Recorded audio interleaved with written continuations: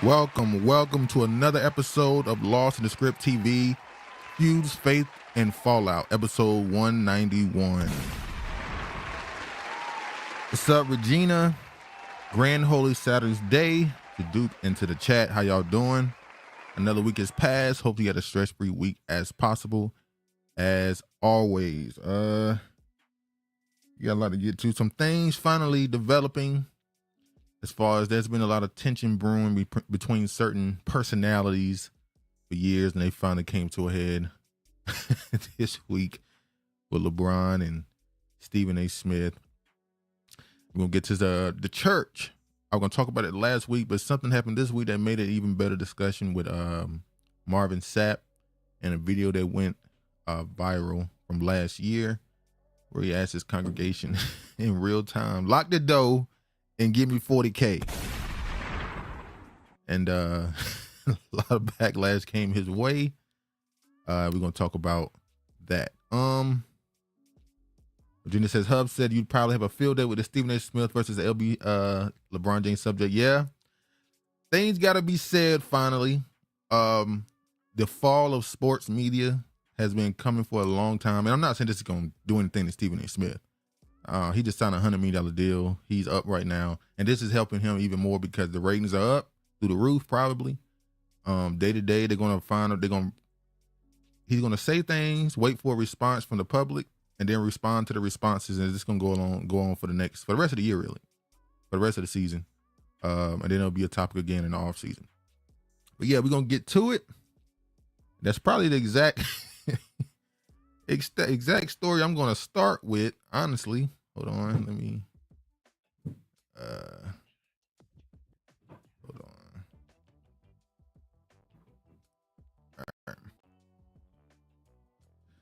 All right. Hasn't Stephen A. Smith's career leaped by his anti-LeBron iteration? Yes, but I think it's more than that.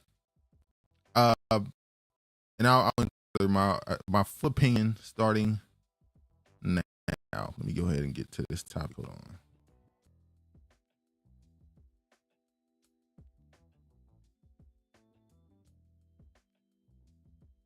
All right. Kick it off right now. Stephen A. Smith, LeBron James feud escalates with Kobe Bryant lies and bizarre boxing video. So, back in like 2012, 2013, up until like 2014, 2015, I was a daily viewer of the First Take show with Skip Bayless and Shannon Sharp, with Skip Bayless and Stephen A. Smith. Every morning, I was able to watch this show. The problem is, during that time, Skip Bayless, he did something that a lot of sports shows didn't do, where he brought, as you all know, the debate barbershop talk to television, where it was no longer about debating the facts or the stats. It was about debating your opinion and a feeling. And anytime you start talking about things like heart and drive and stuff, you're debating things that's not analytical. You can't describe that. You can't quantify that. It's the same reason why I don't debate sports no more. I don't debate people like Kobe fans and stuff. Like, it's just, well, what are we debating at this point? But anyway, so at that point, there was always this good guy, bad guy, or good cop, bad cop situation, or constant desire to debate opposing views on sports show. That's how you make it interesting. We have to disagree in order for it to be good. So at that point, you had Skip Bayless, who was the quote unquote LeBron hater, and Stephen A. Smith, who kind of stuck up for LeBron in these debates. Skip Bayless leaves, and I think Skip Bayless was the worst thing that ever happened to sports talk shows. And then Stephen A. Smith had a turn around 2015, 2016. First, it was the Kyrie Irving getting traded from Cleveland to Boston. He insinuated some things about the relationship between Kyrie and LeBron. Clearly was saying that he had a relationship with Kyrie, at least, getting information. He started saying certain things then about LeBron. Time goes on. He sends shots here and there, and he constantly brings up his opinion on the LeBron Michael Jordan debate. All this stuff happens, yada, yada, yada. And now we're at a point where he's being honest about his true feelings this whole time. I personally believe that Stephen A. Smith has no relationships with any of the stars in the NBA. Kevin Durant called him out before and said that he's lying about his stories. He don't know nobody in his camp. Kyrie has obviously had a falling out with him over the COVID vaccine situation. He probably hasn't had a relationship with LeBron in a decade plus. And I believe personally, this is my personal opinion, that Stephen A. Smith's real gripe with LeBron is that he never went to him to make any big decision.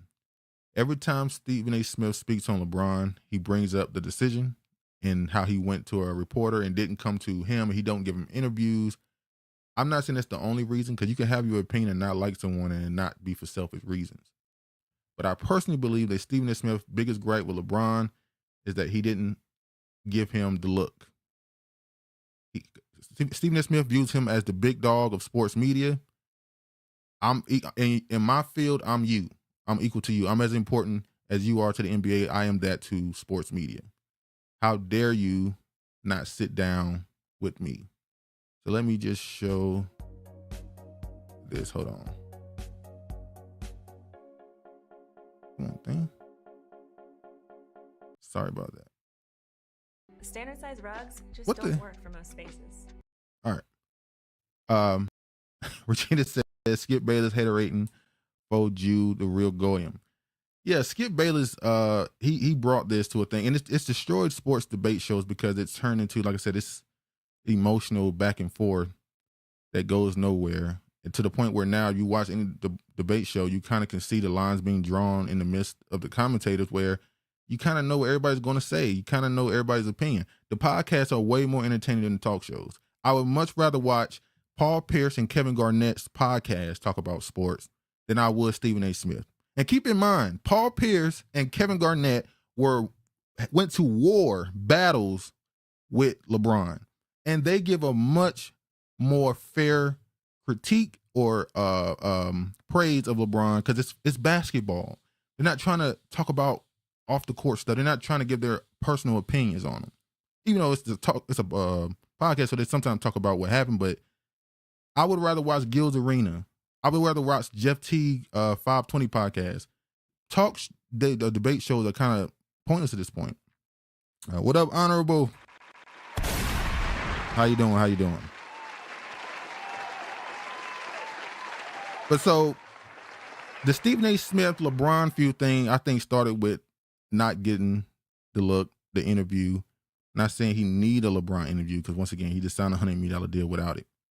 But I do think he feels like new media, quote unquote, all those podcasts I just named, are a threat to daily talk shows, sports talk shows, which is why when LeBron started his podcast, it became a topic on their show. Where they were getting angry at LeBron pointing out and JJ Redick saying, hey man, nobody talks sport. No, they don't talk basketball anymore. They don't talk real basketball anymore. And they went on their talk show saying, hey, people don't want to hear that. They want to hear drama. They want to hear storylines. And it's like, no, the best commentators were able to mix the two. The color commentators, were able to turn real basketball talks into entertaining talks. Y'all don't do that. Y'all just constantly talk about drama and storylines and narratives. But anyway, I want to show this here. What the hell is this? Hold on. Let me do this. It all started, or at least this final blow up started, when Stephen A. Smith said to LeBron after his son was drafted to the Lakers. It was one night, like a month ago or so, maybe a little over a month, where Bronny James came into the game, and I think he had went 0 for 4 or something. I can't remember. And the next day, Stephen just went on his show and said, LeBron, as a father, I'm begging you to stop this. A month later, LeBron sees him at a sporting event, at a basketball game. He challenged him, said, keep my son out of this, yada, yada, yada. Stephen A. Smith got checked in public, and you can clearly tell his ego was affected by that. And then he went on a podcast tour claiming he was just trying to keep it cool because he just signed a deal or whatever. And for no reason at all, now he's saying that if LeBron would have touched him, he would have swung on him. Maybe this is just the entertainer in him. So it's moved past anything talking about sports or basketball. And then he said he flat out said in his response finally to LeBron going on the Pat McPhee show. I think that's how you say his last name. He went on the dude's show, the former NFL player punter show, and he pretty much let it go. He finally let it all go. He gave his opinion on a lot of the commentators on ESPN, specifically Stephen A, Wittenhorst, and I think Perkins. He has not responded really to any of these people publicly in 20 years. He finally gave them direct responses, and now we have people like Charles Barkley calling him a bully. Virginia says, speaking of Stephen A. Smith's ego, do you think underneath the fact he missed his opportunity to go pro has something to do with all of this? Well, that's been a thing on him forever. For a while, he constantly brought up the fact that he's allowed to talk basketball because at one point he was pretty good at it. He never said he was good enough to go pro, but he would say, I played college ball and I cracked my kneecap. That's why I ended my career. But then Jason Whitlock, regardless of what you think of Jason Whitlock, he is a journalist. And one thing about a journalist, they investigate things. They actually go back and read things. They know how to have discernment on certain things. And so he went back to Stephen A. Smith's book. He went back to his high school and looked up his stats. And he said it didn't make sense. That he basically said Stephen A. Smith's entire creation was a lie. That he never was a writer. He never was a journalist. That he was created by ESPN to be somebody they can use as pretty much a bulldog. He was created by ESPN. Then he said, sounds like the scene of the Martin where the women were kicking their butts, faking in. Yeah. But yeah, Stephen A. Smith's, to me, because this don't have to be the longest segment. This is Stephen A. Smith's awareness that quote unquote new media sports is a threat to what he do. And I believe the ultimate reason that Stephen A. Smith is doing this is because he knows if you go at the most popular person in the sport, really in American sports, then it's going to bring more profile to you.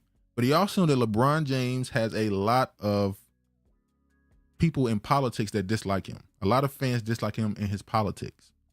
And this comes back to Stephen A. Smith's possible desire to run for office. I don't know. I'm not saying this is real, but LeBron has, because of his political push he's made in years past, he has a lot of people that dislike him. So coming against LeBron, and Stephen A. Smith is known for going on, Fox News and stuff. I'm not saying he's right wing, but he's told black people before, I think we should vote GOP. That doesn't mean you're just a Republican. He just was giving his opinion there, but it does kind of goes with the notion that possibly he knows that doing this gets him in favor with a particular demographic. And it's not to say that Stephen A. Smith didn't say things that's correct about LeBron.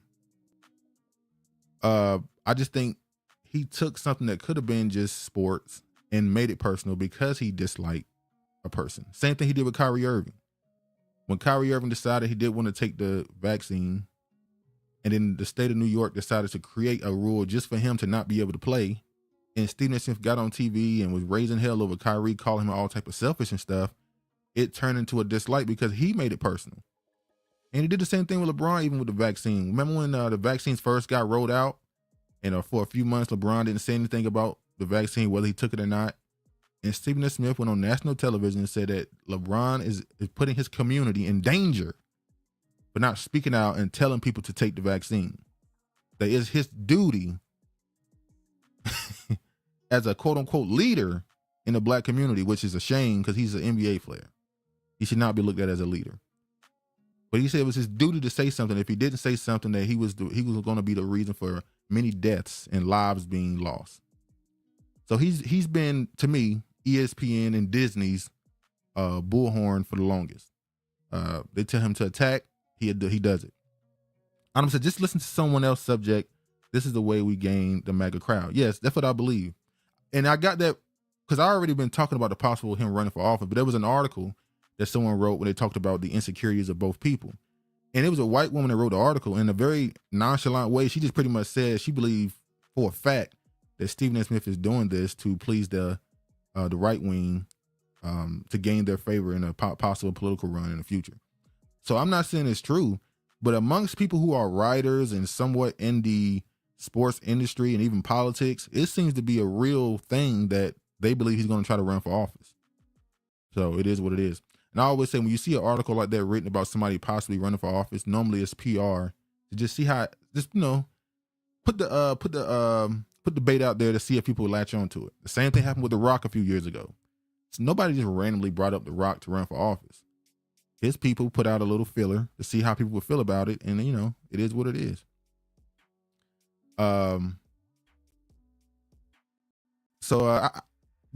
This to me is going to lead to the same way it's been a hyper focus on LeBron and the Bronny situation. With Stephen A. Smith doing this, because now the question has become, because this all started, like I said, because his comments on Bronny, and then there was a question asked about the new face of the NBA. And we brought this up plenty of times, that the reason why the NBA is finding trouble finding somebody to quote unquote be the face of the NBA is because for the past 5-6 years, they've been constantly pushing the foreigner NBA player, whether it's the European or now with Giannis, who's Nigerian, but he's from Greece, I think. They've been constantly pushing the foreigner at the forefront, and it's not latching on. Americans, who would have thought? Americans don't. I'm not talking about Black Americans. Americans don't want to root for a person who's not American.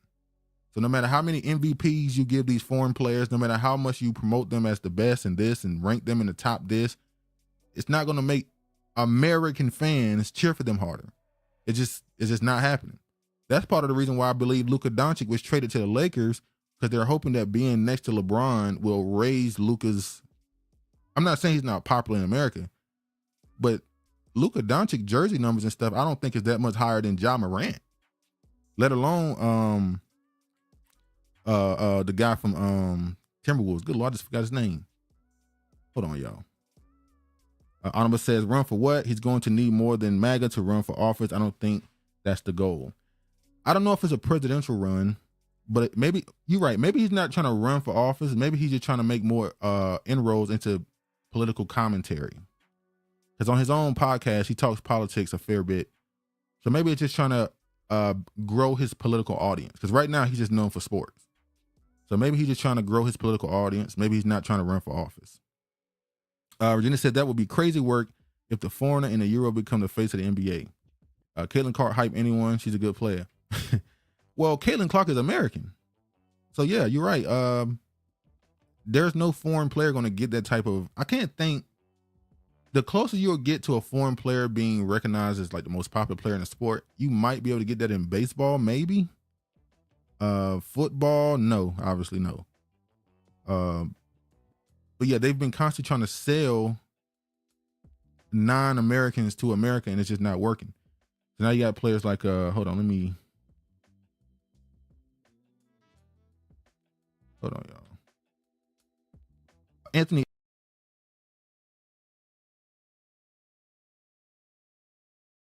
I don't know how to want it. And then LeBron came out and said, I don't blame him. Being the face of the league, all they do is kick you back in. They don't talk basketball. They don't talk sports. And that's led to Stephen A. Smith going on this whole run saying that, you know, it's soft for you to respond to any criticism. Well, now they're showing videos now, and that's the thing about the internet. You got these LeBron stans and all these other basketball fans going and find video of Michael Jordan and Charles Barkley and all these players from the 80s and 90s saying the very same thing that LeBron and all these other players are saying, which is y'all need to focus on sports. Y'all always talking narratives. Stick to the facts.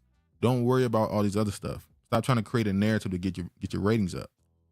But you know, it is what it is. But yeah, I'll go with honorable and say he may not be running for office, but he's definitely trying to grow his political audience, and he's trying to grow it through. Because I feel like he already believes he has the liberal audience. it's not very hard to attain that audience. But if he could just try to play the middle and just be a moderate, it may benefit not just his own privately owned podcast and network. It may actually benefit his show on ESPN. Because that's even bigger point. ESPN has lost a lot of viewership because they started pushing more liberal ideologies. You'll know they got rid of a lot of people, Jamel Hill, and they got rid of a lot of people during the last Trump administration and even during the Biden one. So maybe they're trying to use Stephen A. Smith to bring that audience back to ESPN. Maybe that's what it is. Honorable says Stephen has resorted to exploiting his ghetto nephew for views. It's more so driven by his position in the entertainment industry and better TV deals. Maybe so. That final point I made, I think I'll go with that now. ESPN lost a lot of the right-wing viewership, which is that middle-aged Caucasian, middle American male. It was a big drop in the viewership from them. So maybe with Stephen A. Smith doing the things he's doing and associating himself with certain politics is an attempt to bring those people back to say, hey, we're in the middle. We share some of these views as well. But I don't know. We shall see, because this ain't stopping no time soon. Honorable says that Jamel is the worst example. I hate her with a passion. She is a female. Well, that's the point. Jamel Hill, biggest moment of her career now came when Donald Trump responded to her. And obviously it wasn't very nice. So yeah, I think they trying to get that audience back. Anyway, update to a story from last year. Owner of Razor Reese's salon and spa in Hatboro acquitted in fatal shooting of neighbor. If you remember, there was a story last year of a black man who shot a Caucasian man because he called him the N-word. That was the headline. So I'm going to show this clip here of them talking about the story. And neighbors tell us that the two men, they had a history of arguments and conflict. Now, officials ordered them to stay away from each other, but that proved to be really difficult because the shooter owned and worked at the salon downstairs. And meanwhile, the guy who was shot lives upstairs. Police and neighbors tell me it was an argument that included racist language that led to shots being fired here in Hatboro. Saturday, any other day, around 5:30, I'm finishing up a client, walked her outside, and we're just chit-chatting, and we heard the first 5 shots. I grabbed her and brought her in, and then there was another 2 shots. A deadly shooting Saturday evening left 1 man dead, 1 in jail, and sent neighbors running indoors. I was like, well, those sound like gunshots. Officials tell us the shooting happened around 5:45 p.m. in the parking lot outside of Razor Reese's salon on North York Road. According to court documents, the whole thing started with an argument. Salon owner Maurice Bird was outside smoking when neighbor 37-year-old Stephen Strasburg, who lived above the business, started yelling at him, calling Bird, who's black, racist slurs. This happened multiple times until Strasburg started coming towards Bird and the owner called 911. According to the criminal complaint, Bird began to retreat further into the parking lot when Strasburg grabbed Bird's shirt. Bird retrieved his handgun from the front of his waistband, to which Strasburg responded, "What are you going to do, shoot me?"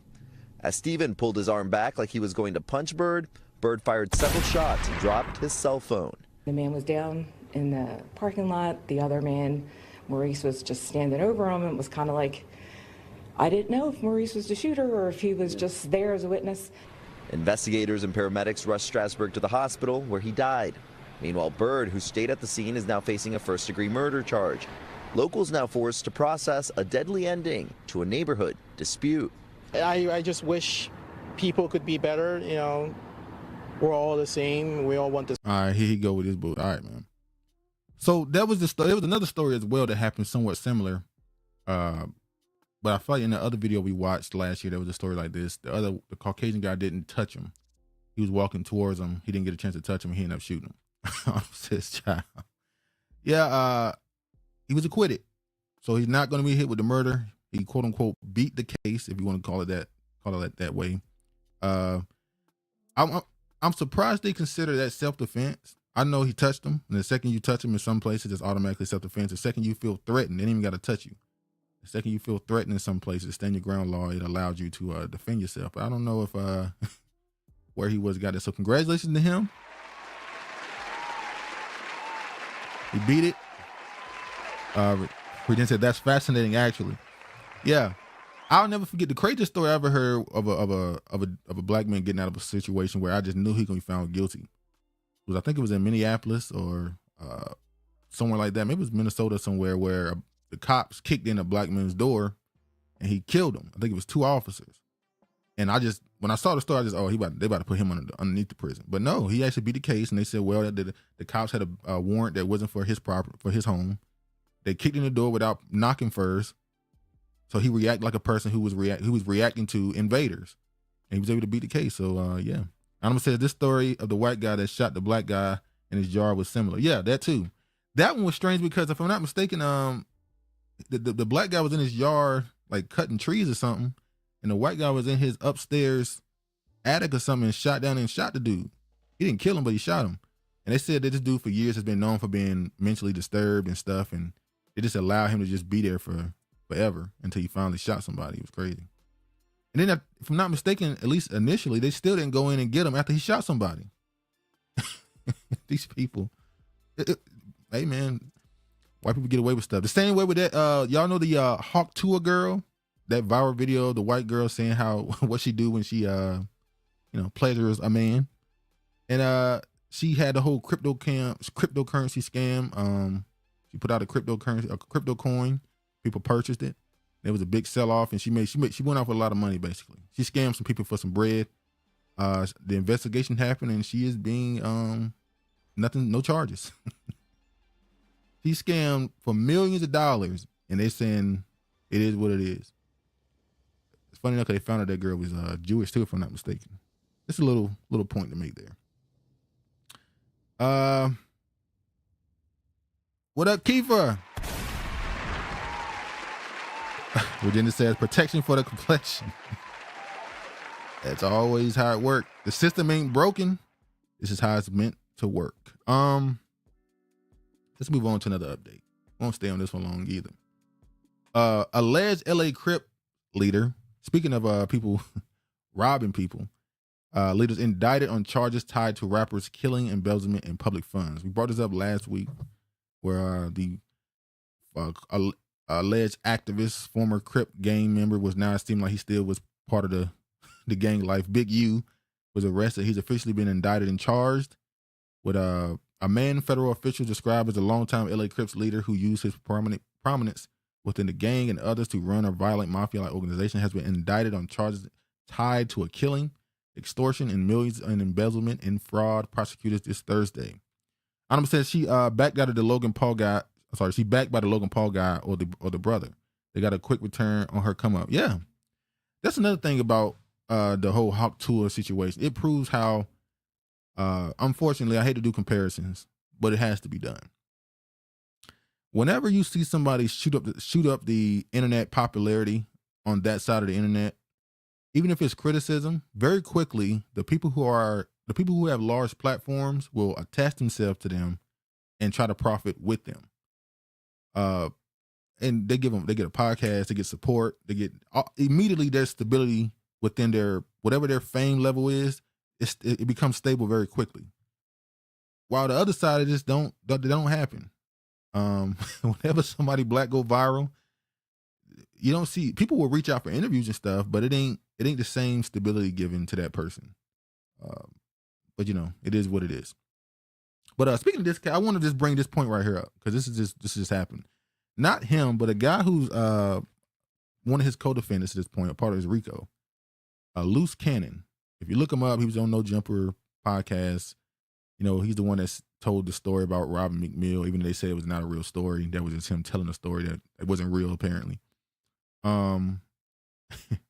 Keeper says, is that the Hawk Tour girl? Yeah. That's what I was talking about. She just got investigated and they are officially not charging her with anything. She robbed for millions, scammed for millions, and nothing. But this Loose Cannon dude, this is why I say this is stupidity. He just did. He's in federal. He's been held. He just called into a podcast talking about a RICO case that's being investigated right now, talking about who's snitching. he went on a podcast and incriminated himself with his wife, apparently. Lord have mercy. This people, man. People said, wow, yeah, the Hawk Tour girl beat the case. No whole investigation, nothing. They just let her walk away. White collar criminals, man. White arms, white legs, white criminals. What's wrong with these dudes? Lord have mercy. Regina, I always said that black people, we're not meant to be criminals because we ain't that good at it. Only a handful of black people are able to really come up as criminals. Black people are just not good criminals. We just not good criminals, which is a good thing, by the way. That's a good thing. We just not good criminals. Other people form mafia organizations, run entire industries. We don't do well with criminality. It just ain't our spirit. Most High didn't give us that in our spirit. we become criminals and just become just complete morons. Honorable says black guys help that her go viral. That community don't waste time crafting doubt and questioning these characters' morality like the blacks do. Well, I have to agree with Honorable there. Because the Hawk Tour girl went viral in an interview with a black dude.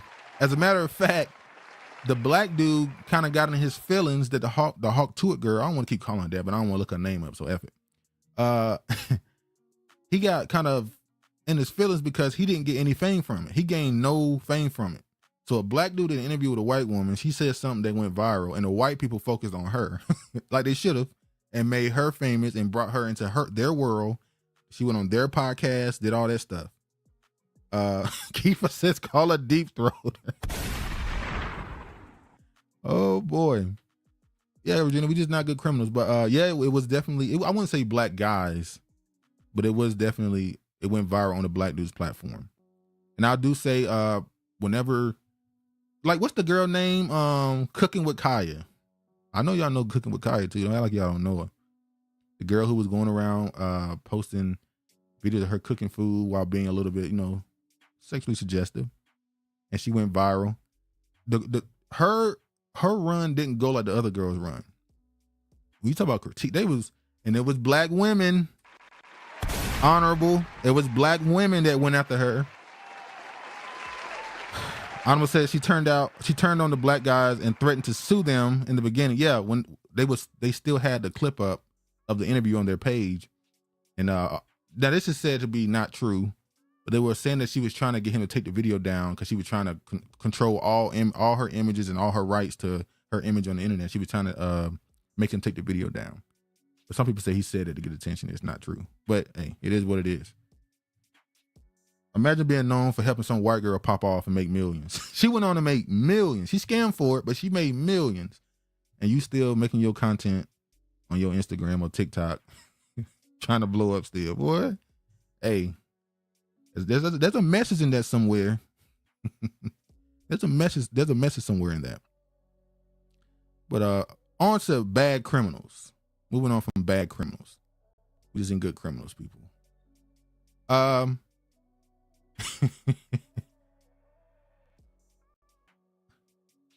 People are absolutely losing it after a pastor had ushers lock the doors and demand $40K from his congregation. It wasn't pastor, it was Marvin Sapp. Virginia says Hawk Tour girl's name is Haley Welch. Now that's funny. Yeah, Welching. Now there was a whole thing about her being, like I said, being Jewish. I don't know. She's got a really Southern accent. Well, some people think she was faking that accent.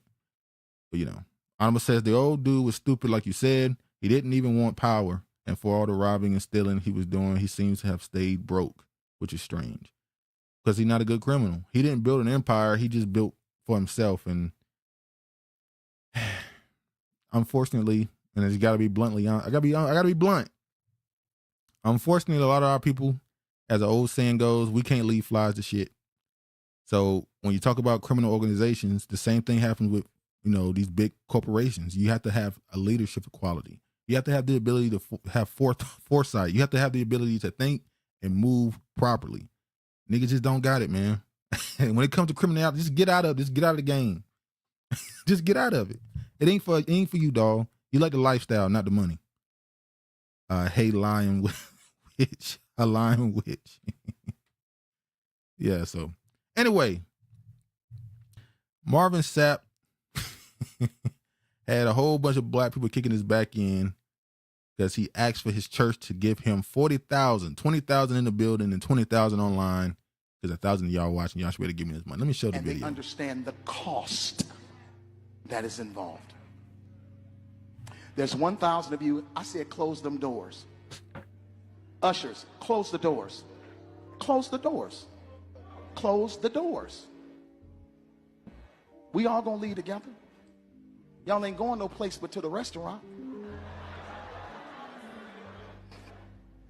There's 1,000 of you tonight, and those that are watching, it's 1,000 that's watching online.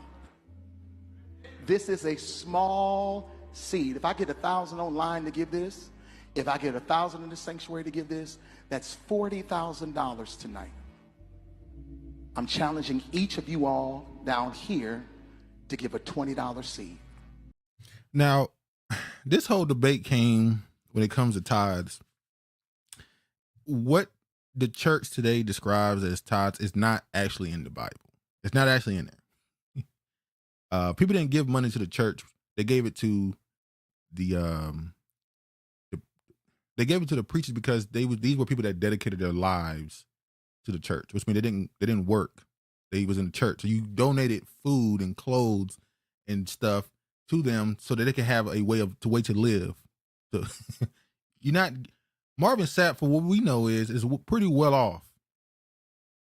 I'm not saying as a person who's well off, and if you pass that until you run a church, that you should not expect donations from your congregation. It's just the point of when you have to ask for a certain number, just to ask for it. If you were fundraising for a particular thing, like, hey, we need this, so we need this money.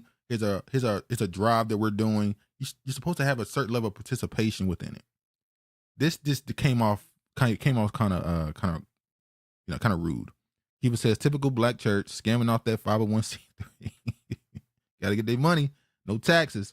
Marvin's a Mason, I think, because I saw a photo of him doing the hidden hand ritual. And did you see where Ricky Smiley is coming to his defense? Another frat brother and or secret society agent.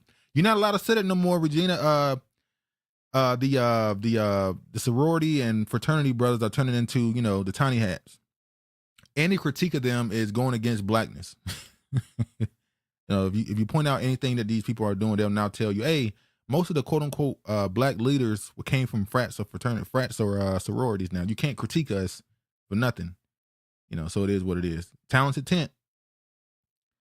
Anonymous says, I think if they can't get him for Nipsey or the basketball player murder, they're going to use him to misappropriating the grant for gang activities. Yeah, Big U up out of here. I'm not hoping anything against an innocent person. I don't know if he's guilty or not. But as far as Big U, I don't think. Yeah, I think he's I think you're up out of here. Once the feds finally tell you they're investigating you, it's because they're done.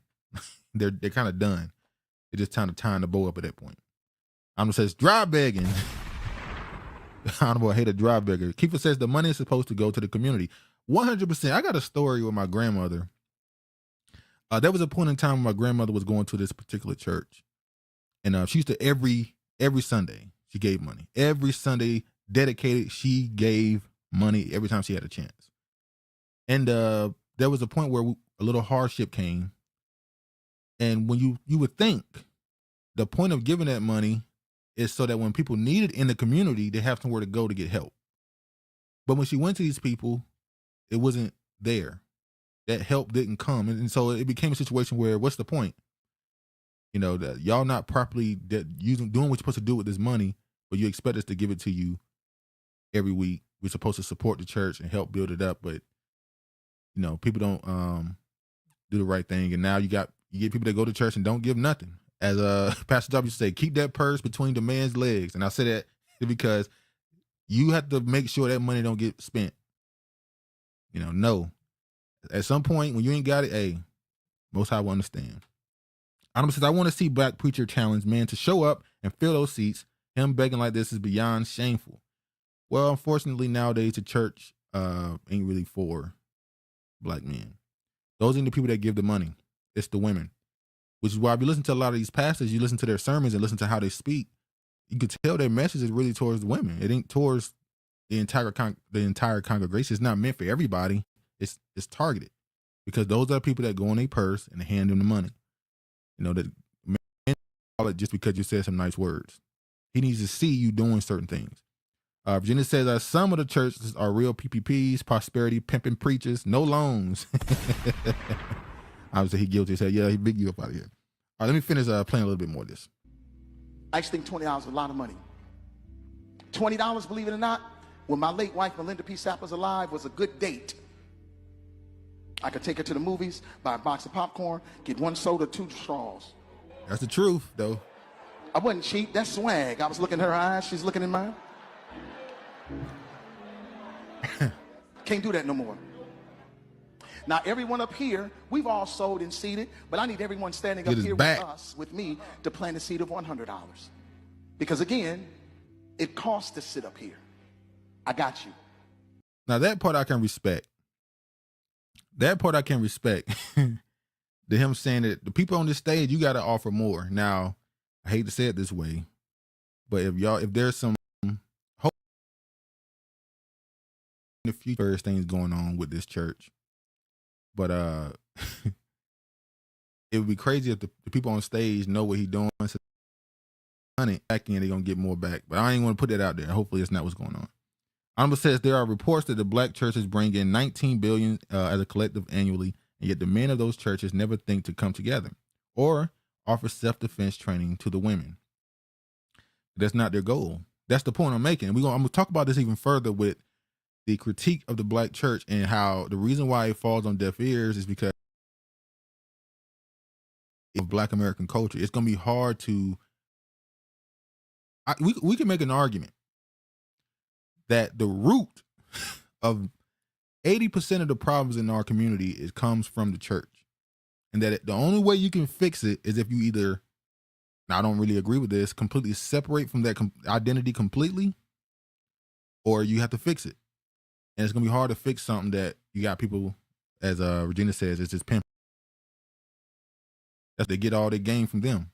If you ever listen to an actual pimp talk, not these new age dudes that just, beat on women, that a pimp normally is, I hate to be fair to say this, a lot of pimps, at least back then, had a level of intelligence. They sound like pastors. You could not be religious at all. You could not follow religion at all, the Bible, not believe in it. But when a good pastor gives a great sermon, everybody can feel it. I always go back to Pastor Darby's Dry Bones sermon. If you look it up, I'm pretty sure y'all know it. That Dry Bones it was a great sermon because it wasn't just about the Bible or spirituality. It was a great message. That's what great pastors do. They're able to turn something for not just being religious, holier than thou type stuff, and really make it a good message to have people want to better themselves or look at things from a certain perspective. Virginia says it's hard out here for a pimp. Had he not tell the ushers to close the doors, this would have been just another day night at church. Well, I'm gonna read his response to why he did that. Honorable says they don't need money, they're not reporting real numbers, and it still comes up at 19 billion. Well, it's pimping, Honorable. Let's see. So put your 20 away, preachers. That 20 wasn't for you. And this is what I need you to do. If you're giving electronically or even if you're giving tangibly, I'm going to have y'all come to the altar and give it because I need to see 1,000 people moving. So y'all get the point of the video telling them to lock the doors. I want to just read his response to the internet kicking its back in. Obviously, you have people defending him. Then says Dr. Stephen Newby was actually feeding his flock versus just fleecing his people. Of course, he died. Yeah. Oh, you mean Stephen Darby? Yeah. Yeah. It's unfortunate. I want to scroll down. Hold on. Because the jokes came, obviously. I saw this dude right here say, let me read what he said. He said, laughed my ass off. Marvin Sapp ain't never been wrapped too tight. So I'm not surprised that he held that congregation hostage until they gave $40K. Never would have paid it. I'm sorry. I know it's Stephen Newby. Stephen Darby. Yeah. Okay. I got you. On his Facebook page, Marvin said in a lengthy response, some have taken issue with this particular moment when I instructed the ushers rather firmly to close the doors during the offering. To those unfamiliar with the church context, or who may not regularly attend worship gatherings. This has been misinterpreted as holding people hostage as well as offensive. That was never my intent. The truth is, when finances are being received in any worship gathering, it is one of the most vulnerable and exposed times for both the finance and security teams. Movement during this sacred exchange can be distracting and at times even risky. What? My directive, is he trying to say that during the time where they're giving this money out, people could be trying to rob people or something? Stealing? My directive was not about control. It was about crafting a safe, focused, and reverent environment for those choosing to give and for those handling the resources. Hold on.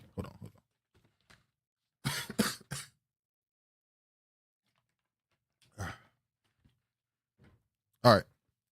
So he said he was trying to create a safe environment. Unfortunately, in this social media age, snippets are easily shared without context, and assumptions are quickly made without understanding the full picture. Conferences have budgets, churches have budgets, and people have budgets. As the assigned ministerial gift for the international gathering, one of my responsibilities was to help raise the conference budget. That's not manipulation, that's stewardship. Virginia says, come on, man, Lil Boosie. They are always ready for their cover-ups. Yeah, maybe I'm misunderstanding. I don't know what he meant by, he was trying to make it safer during that. He's scared people gonna bust in and try to, I don't get oh wait, he might be right.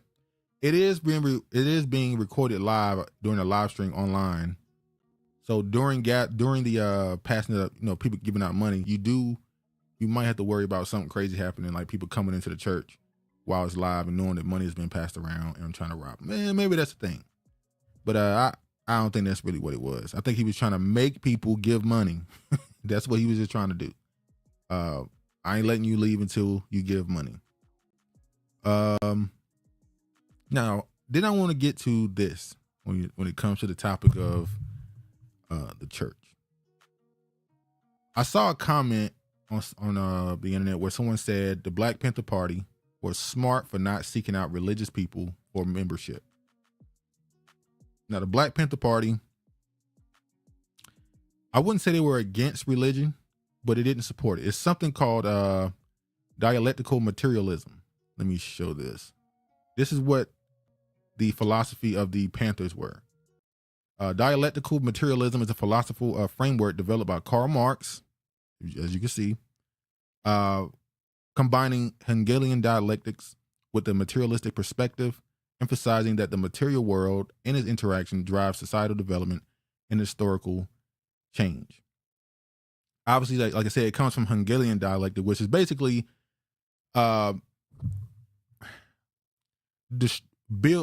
by destroying first, which is basically Hegelian dialectic. It's pretty much you build by destroying first. Through the fire, you get purity type of thing. So they were Marxists, the Panthers. They were really anti-religion. Even though they didn't stand on that completely, they just didn't go with their beliefs and their ideology. And so with that, I want to show this clip here. Hold on, y'all. I want to show this clip here. Virginia said it's rumored the Black Panther Party turns out it was too busy getting money from the white women that were doing. Well, the critique, like I keep saying, I said this years ago, as I've gotten older and went back and studied and researched certain things, my opinion has become less of a only support everything they did, because if you speak against the Black Panthers, you're crazy. They were for black people. How could you dare speak against them? To a more nuanced, there was some stuff going on that we need to really talk about. Them being Marxists explains so much going on during the civil rights movement. I'm gonna say a lot. There were things that happened during the civil rights movement that were false flags.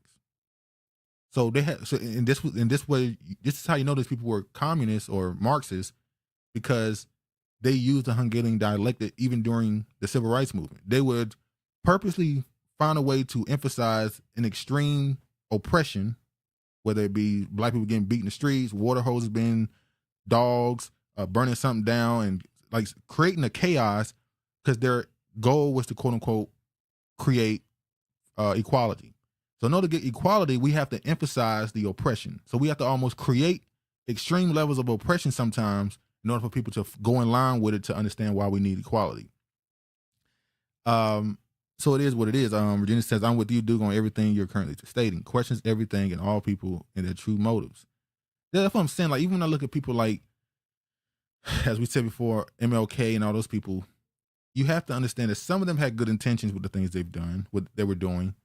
It just, they went a route that maybe wasn't the best. I know, said the men were raping black women for practice. They claimed that. No, that's not quite what happened. What up, Ashley? Shalom. I can't let you get that off. That wasn't quite what's happening. Did that happen? Yeah, I'm pretty sure that, yes, there are stories of those assaults happening amongst the Black Panthers, but that wasn't the norm and that was not the standard. We ain't got to go that far. But I want to play this video here.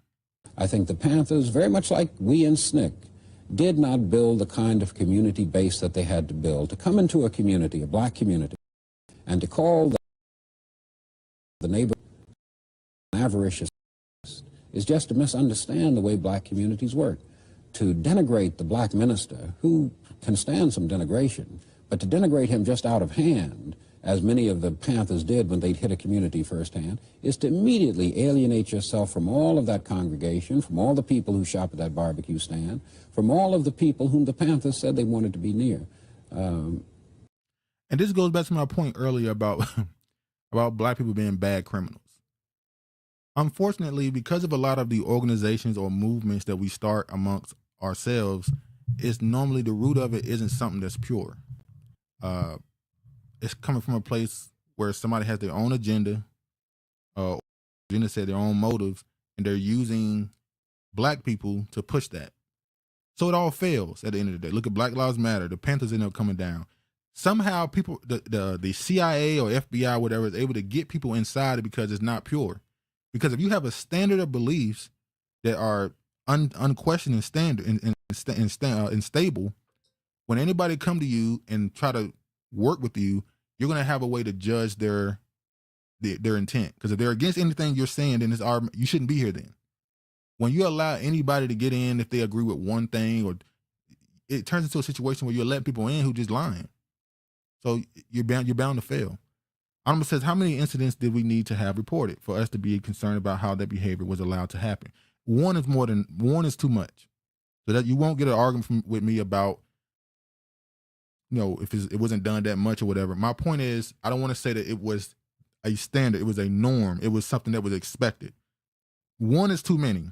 So I'll submit to that point. Virginia says, there's a video of Julian Bond interviewing Angela Davis, and she proudly telling him that she was trained as a Marxist in Europe. That's another thing. Angela Davis, do you understand how I was growing up when I started getting into these movements back in the day with the activists?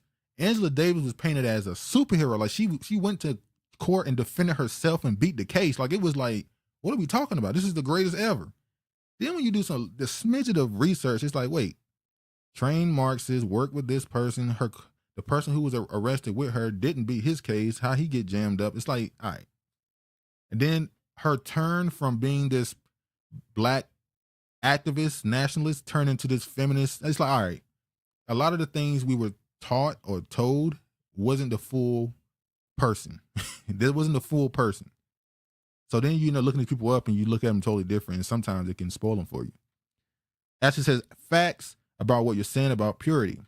Anima says, psychedelics were of a higher priority over the men than whatever initiative they originally had for the Black Panther movement.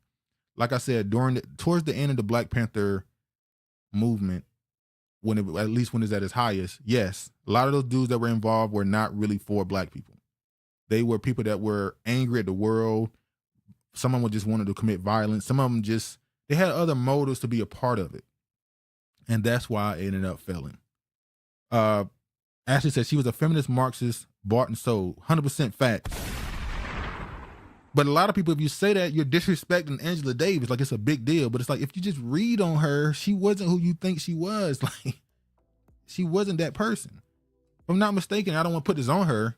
But if I'm not mistaken, she was one of the people that signed the letter denouncing the Million Man March. Like, it's crazy. Virginia says, when I learned that communism and Marxism is the underbelly of the civil rights movement, Black Klansman movie made more sense to me. Yeah, it was all.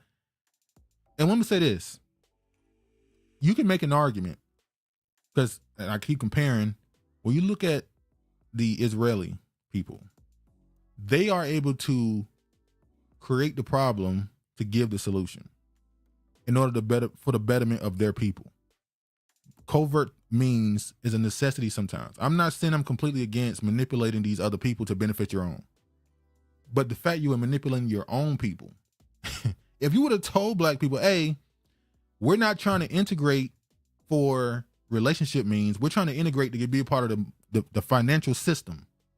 Instead of pulling their heartstrings and I want the little black boy and a little white girl. Like, if you wouldn't have did that, if you would have just told people, hey, let's try to get this money, which is Booker T. Washington's point. I'm gonna get to the heart of the Black church really being intellectualism back in the day and not just religious spirituality. If you would have just told people the truth, it could have went totally different how people view the situation. Because you have people like Martin Luther King and those type of people pushing this ideology of integration and assimilation, it led to where we are now, where we almost have to, we go out of our way to be around these people sometimes because we think that's what we're supposed to have been striving for. Honorable says, she LGBTs here, my hair, her legacy is null and void. Ashley said, a lot of people in the Black community were not who you were taught they are. A lot. And it's heartbreaking when you're young and you read this stuff and you come to a different conclusion, because the whole world just breaks in front of you, where everything was, I won't say everything was a lie, but nothing was the complete truth. Virginia says, looking back, the civil rights movement was less about Black culture freedoms and more about certain Blacks having sexual access to whites, both straight and gay. And that's where I'm going.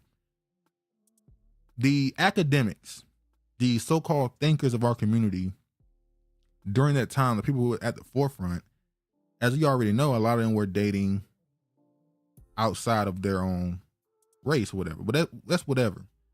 But then they would push ideologies telling us they're for Black people, while at the same time trying to convince Black people that we should be looking to hold hands with everybody else.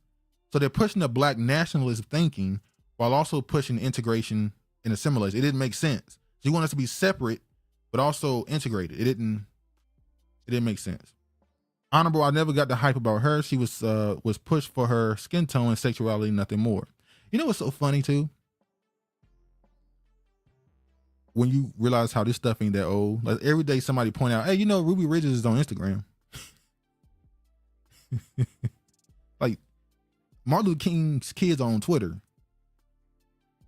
Malcolm X's daughter is suing right now, I think the FBI or whatever. Like, this is not long ago. This stuff is very in your face. But anyway, Honorable Regina, sexual access is still being prioritized today. It is the most dangerous it's being held over this community. I agree. I have to agree. As time goes on, I didn't agree with it years ago, but when you see the same thing, the same trends everywhere you go, it becomes the point where every time somebody says certain things, certain beliefs, I immediately ask, who you dating? It's the first question. The second somebody I don't know is put in my face or goes viral or something, one of the first things I do is who they with. What's the motive? What's the agenda? What's going on? Like I was looking the other day on my feed, and a Black dude, I think he's an NFL player, he proposed to his girlfriend. They're getting married or whatever. And somebody pointed out, damn, why ain't ESPN official account tweet this out? Every time Saquon Barkley or one of these Black dudes are with a non-Black woman, they make sure to post it. But one of these other NFL players post themselves with Black significant other. It's not posted. But anyway, back to what this a point about church. I want to show, because the point being made there was that when Black Panthers decided not to really move with the religious people, it kind of cornered how many people they were always going to have, because you were pushing off a majority of Black Americans, saying that you don't support their religion. And I want to read this from Tim Black, real Tim Black on YouTube and stuff. He's a political commentator. He said, I used to think we needed Black intellectuals to voice our community's challenges. I believe their degrees outweighed my passion. I was mistaken. It's not about academic accolades if you're silenced by the need to appease Democratic colleagues, avoid social backlash, or secure career paths. Better to be short a degree than short a backbone. You can always educate yourself, be true, but true grit, that's earned by standing firm for justice for Black America and saying it with your chest, even if it leaves you with barely enough to catch the bus. Now, what he just said at the end there, even if it leaves you with barely enough to catch the bus, that used to be what we call a revolutionary. We have people who call themselves, who are politicians or have large platforms, who call themselves agitators or revolutionaries, and they're millionaires. I never forget when Taylor, what's her name, Mallory, I forgot how you say her name, Tamala Mallory, I forgot her name. She signed a deal with Cadillac. What are we doing? These are supposed to be your these are your community leaders signing a deal with corporations for money. Anonymous says, living here in the East Coast, you can witness the real life dudes filtering their responses to everything through the what I call to be denied sexual access to others filter. It's sick. I couldn't stand the way he speak. Cringe. Talking about real Tim Black. But what he's making, the point he's making here is, and I said this, I think it was a few weeks ago, I showed a clip of a dude who was a academic who was on the platforms talking about ADOS FBA, and he was saying how the academics have now made an enemy out of the community because we're not on the same wavelength because they think we're not for them. And it's like, well, if you're an academic and you come and talk to a Black person and you're trying to convince them that everything they think is wrong, when what they think is, what about Black people? So when you talk politics and the first thing this Black person says, all right, how this is going to help Black America? And you're trying to convince them that way of thinking is wrong, then yeah, you probably are alienating yourself from them. See the tone of his voice. So that led this talk here when he said that comment about the intellectuals versus the passion people. And he says, Dr. Carter G. Woodson predicted the current state of Black academia nearly a century ago, and it's frightening how accurate his analysis is. I want to show. So one of the founders, not founder, but one of the biggest people that come out of the AME Church, the African Methodist Church, AME Church, he became a bishop. The difference between what church was in the late 1800s and in the early 1900s versus now is the people who we consider to be intellectuals and the leaders all came through the church back then. So when you start talking about, regardless what you think about other things he believed in, W.E.B. Du Bois, he was a guy who was very much in tune with the Black church. As a matter of fact, he had a book called The Soul of Black Folk, where he was talking about the importance of the Negro spirituals and how the Negro spiritual, the spiritual songs are the song of the soul of Black people. And he said the same point I made when I said how if you're not even into religion, when you hear this music or hear these talking points, or hear this music or you hear these sermons, you still can feel it because there's a message. But this story right here was interesting because I found a little factoid about this guy, Henry McNeil Turner.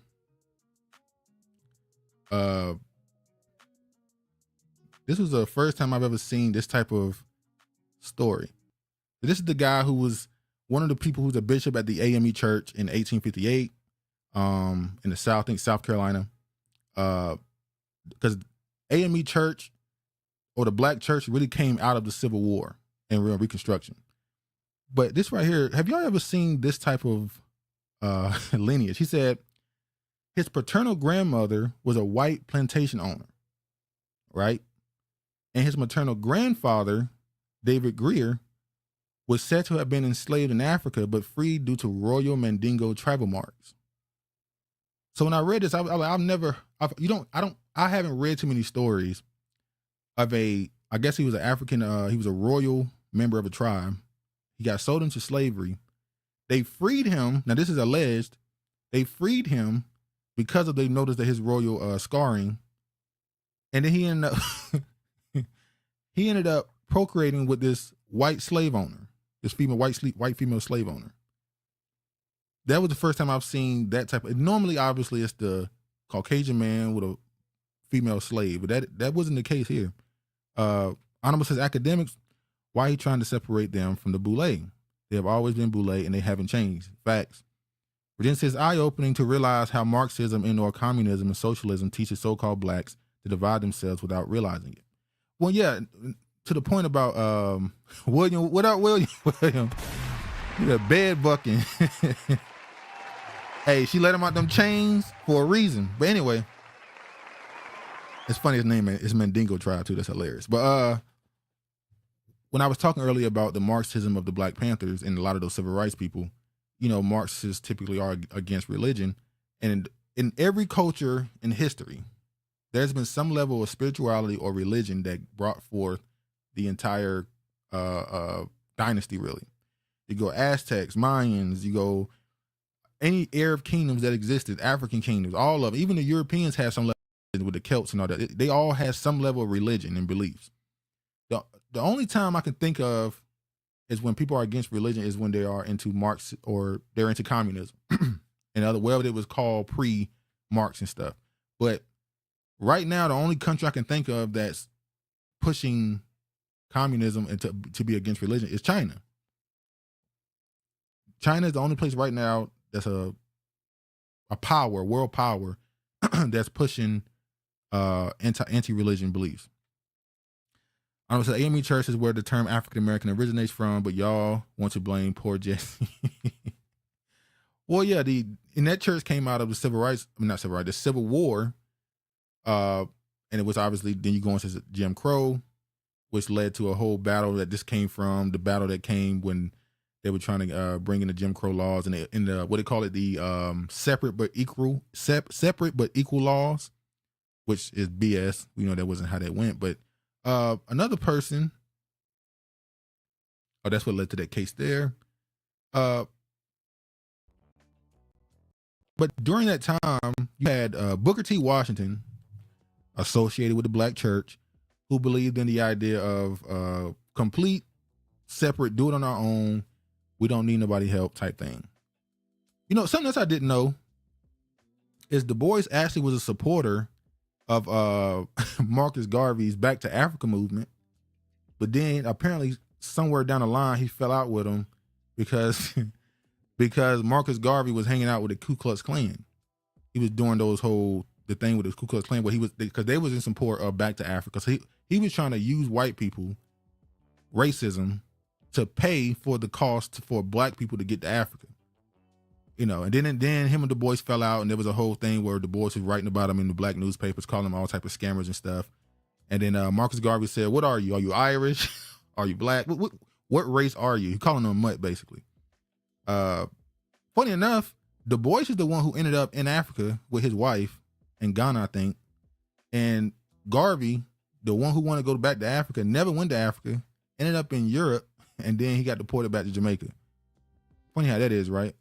The person who was against it ended up, not against it, but the person who ended up falling out will end up going to Africa and staying there, getting a new name, becoming a real recognized figure there. And the so-called the Garvey person, and didn't even go back on the whole continent. He didn't ever step foot on the continent. Virginia says, wonder if Duke, this story is where the movie Mandingo come from. Well, Mandingo, I don't know. But I remember Mandingo, I told you about the comment section, the crazy stuff people were saying in the comment section on the YouTube video of that movie. Negroes were saying that was a love story. It was crazy.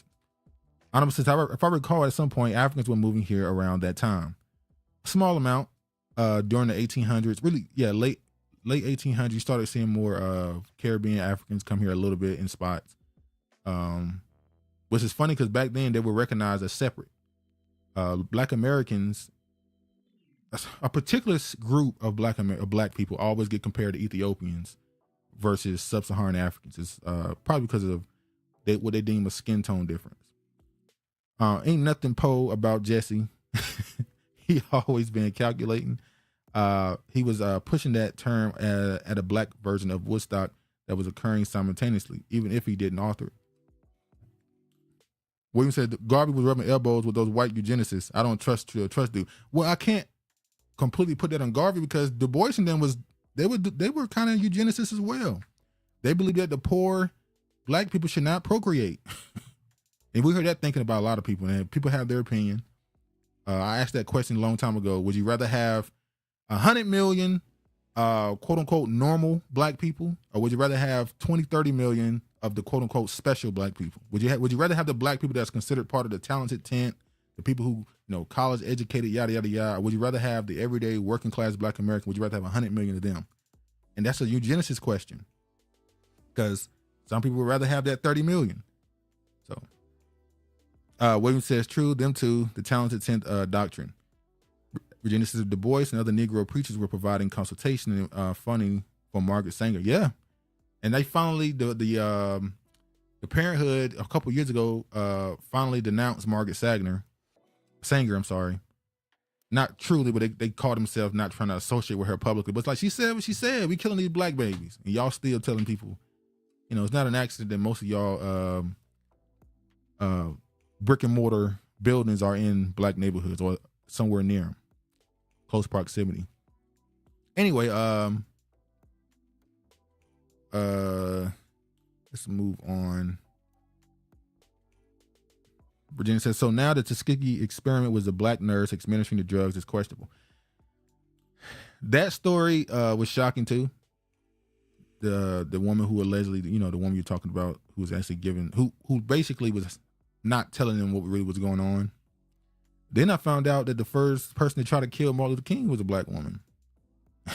Then you find out about MK Ultra and stuff, and it's like, oh, you find out about the experimentations that was going on. It ain't just the Tuskegee experiment; it's plenty of others that was happening. So, that was a weird time because that was around the time where race science was just starting to be called out in the early 1900s. They still was very much into that race science stuff, the old IQ thing and the skull shape determines your humanity and stuff. So, not surprised. But yeah, the church was where the intellectuals were. When you talk about Booker T, Du Bois, thinkers back, they were all ingrained in the black church.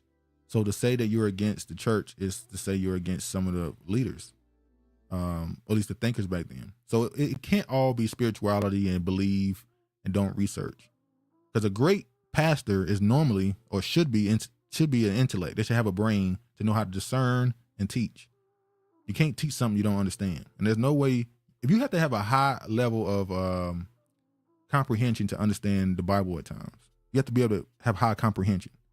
If you don't, you're gonna be in the woods. Adam says, what type of black woman and thing and everything is being called labeled a black? Oh yeah, you see that story? They starting to do the whole what the mixed girl with the black mom on the internet saying nigga, you nigga. It turns out her mom is actually mixed or whatever. What's the guy's name from what's it called? Husband and Children, Wife and, what's the name of that show? Damn, I forgot the name of that show. They came out and said he had a black wife, and when people saw her wife, they were like, wait, that woman ain't that woman is not black, woman mixed. But anyway, the black woman who killed Sam Cooke, again, nothing is as it seems nor presented.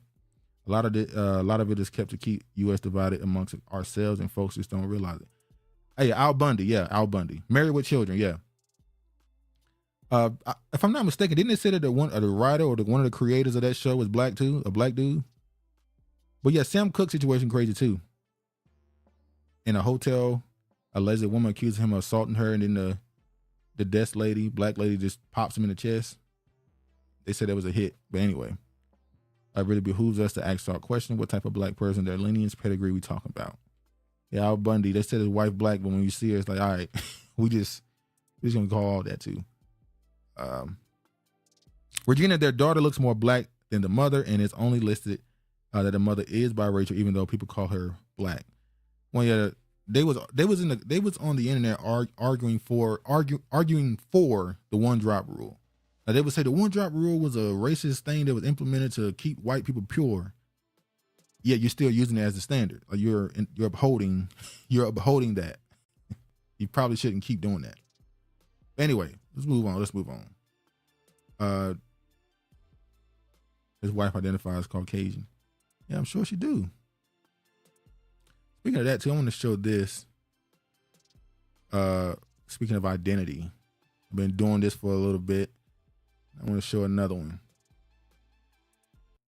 I feel like I exist in two worlds, kind of like the biracials. One foot in one door, one foot in another, you know. And I think one of the interesting phenomenon that has come from this is the way that my blackness is being dismissed from all sides. There's a particular sect, those that are, you know, Black Hebrew Israelites, foundational Black Americans, Hoteps. Damn. How quickly did FBA ADOS become associated with categories of Hotep and Israelites? Damn. That arena, who don't believe I have anything to say about the Black American experience or the experience being Black in America. If I comment on a observation, I am told I am not like them, and because I am Nigerian, I should shut the fuck up. But those same people will then accept a Barack Obama who is half Kenyan, not half Black American. He is half Kenyan, but he is accepted as Black. And it makes me wonder, at what stage do I get accepted as African American? Oh boy. I'm gonna say the comment gives me hope that Black people are waking up to this type of BS, but some Black men are still fighting for their lives to uphold the one drop rule, seeking it. Hey, I've been saying for the longest, we need to check those numbers on Brazil. Akiba says she's African, so no. Yeah, this video came across and they keep using Barack Obama as this, y'all accepted him. It's like, well, some people we didn't know no better. Some people didn't know no better. Some of them wasn't even old enough to vote.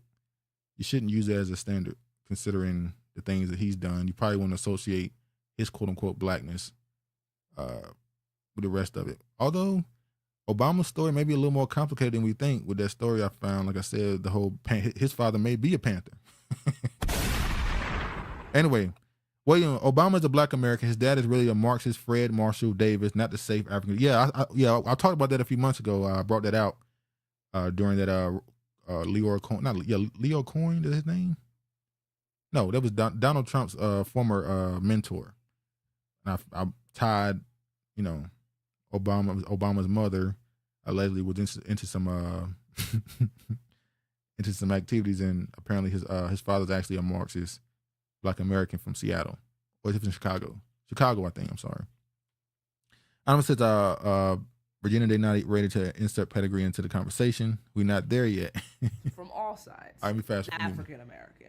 You know, there's some folks that said I can't say nigga because I'm not.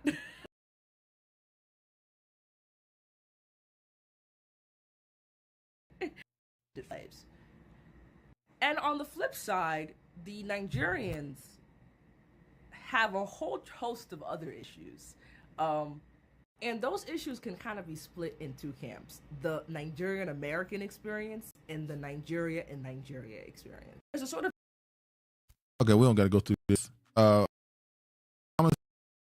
Because American wife, the end. True. It was a big deal.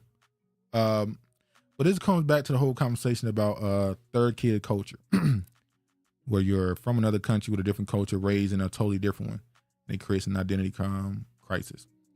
This person right here said, who's really the Akata? This is another part of their curse. They're fleeing their land while other nations seize it. They're wandering the earth under a strong delusion telling them they're wherever the people are where they land. They will claim to be Irish in Ireland. Y'all see that video? The Irish are complaining because during the St. Patrick's Day celebration in Ireland, a lot of the people that was during the parade were not Irish. It was the Japanese had a whole celebration. The Africans had a whole celebration. So the Irish are saying, damn, why are we not getting Irish people in a parade for St. Patrick's Day? I want to get to this too. People say she seems desperate to be considered Black American. Well, I can't blame her, because if you're a person that grew up somewhere and you feel like you're completely in tune with it, you've been here since you were under the age of 5. I don't know when she got here, but you've been here through most of your development years. You think you're in tune with certain cultural nuances, and then you get to a certain age where people are telling you, yeah, you know about this stuff, but you ain't us. You different. Some people can feel rejected, especially when you got your other side telling you the same thing. Like, you ain't have our experience, which is crazy, because you should just acknowledge that you had your own experience and then sympathize with the others where you can. But anyway, shout out to Non-Human Media on Twitter. This person be posting a lot of stuff that I find very interesting. William says she can be down, she just has to be on code. It's that simple. Honorable, the greatest African insult to us is them compare us to Nigerians. Them damn DNA tests tricked a few of our people to claim they have Nigerian ancestry, and it makes me sad every time I hear it. Bro, the Nigerian thing is so funny to me, because of my own spiritual and beliefs, I feel like I know exactly historically who Nigerians are to Black Americans. It's biblical to me, in my own studies and beliefs. It is biblical. The beef that exists there, the envy and the whatever exists is so biblical. He says exactly. I want to read this right here and tell me what y'all think about this. We talk about gentrification and assimilation amongst Black American communities, but this person, a young lady, she thinks she found a connection between immigrants and the gentrification of Black neighborhoods. Let me show this. It says, this was January 22nd, 2025. Black immigrants attract white residents to neighborhoods. Black immigrants moving into a neighborhood can help shift the overall racial and ethnic character of the area, a new study suggests. Researchers from the Ohio State University found that when Black immigrants move into a majority Native Black neighborhood, there's an increase in the white population moving in while Native Black residents move out. Blackness can't be treated as a monolith within the United States today, where there is a growing Black immigrant population. There's a lot of complexity within Black people in Black neighborhoods in the United States. The study was published online recently in a journal. Honorable says, the people who betrayed us the most is who them and Jamaicans are. Of all the Black ethnicities, them being chosen as the great replacement is troubling. Dahir, I believe that's how you say her name, used the data from 2000 U.S. Census and the 2008, 2012, and 2016, 2020 American Community Surveys to test how the influx of Black immigrants changes the racial composition of most census tracts of neighborhoods in the United States. By the end of the study period, 20% of Black people in the United States were either immigrants or had at least one foreign-born parent. Findings showed that in 2000, the majority of Black immigrants, 60%, lived in neighborhoods with a considerable, more than 20%, native-born Black share of residents. But neighborhoods changed after Black immigrants began moving in. The study showed that in neighborhoods in which Black Americans were the majority in 2000, there was a relative increase of 110 non-Hispanic whites with every 100-person increase in Black immigrants in these earlier period. Meanwhile, there was a decrease of 94 native-born Black persons on average in these neighborhoods. Dahir gave an example of a neighborhood in Minneapolis that was home to more than 70% native-born Black residents in 2000 with nearly no foreign-born Black people. By 2020, Black immigrants constituted nearly 10% of the neighborhood. The non-Hispanic white population had grown to nearly 20%. While the native-born Black population had dropped by 39%, the Asian population was 13%. Overall, it is still basically a Black neighborhood, but the racial and ethnic character has transformed as Black immigrants have moved in. Why does the influx of Black immigrants cause other Black people to leave the neighborhood? The study found that as more Black immigrants move in, there tends to be an increase in rents and home values in the neighborhood. So all they got to do is have an accent and be from somewhere else, and all of a sudden the home values increase. So this goes to the whole point where you have people say that this country don't notice a difference. If the cops see you and see me, they see us. No, that's not true. This country do not see you as the target. The fact that rents and home values increase when a black immigrant move in rather than a black American, black native black, it tells you everything. That may make the area less affordable to other black residents and force them to leave. Dyer said the study didn't look at this question directly, but native-born blacks may also desire to maintain their own neighborhoods. Treating black immigrants and black Americans as one group doesn't deal with the ethnic differences between the two. Black Americans may want to find neighborhoods where they still well represented. Still, black immigrants play what they called a buffering role, allowing greater integration between blacks and white residents, Dyer said. When black immigrants move into white neighborhoods, it reduces the likelihood of white flight and facilitates the entrance of native-born black Americans, the study found. The data can't show why white Americans are more likely to move into black neighborhoods after the influx of black immigrants, or why there are less white flight from a neighborhood when black immigrants arrive. Because they don't think you the same Negroes. That's why. Hold on, y'all. They don't think you're the same Negroes. And there was other studies found where they reported the same thing, saying how, they're viewed differently. Honorable double dipping buffers is interesting.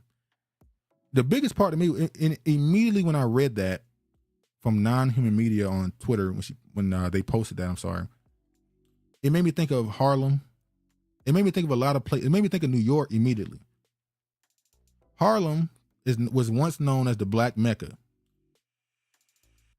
As a matter of fact, some people, the name Harlem can be transferred to Jerusalem. The second there was an influx of other people in that area, we started hearing how Harlem is now gentrified. We started hearing about how all these other boroughs are gentrified. We started looking at other places throughout the country. How they started at Compton. It ain't just black immigrants. You also say the same thing for immigrants in general. The Hispanics move in, the blacks are pushed out, then the whites build up. In that same article I just read, they said that you can tell by a country's ethnic growth based off of the restaurants. So the more you see Jamaican or Haitian restaurants, there's a more likelihood for white people to move in.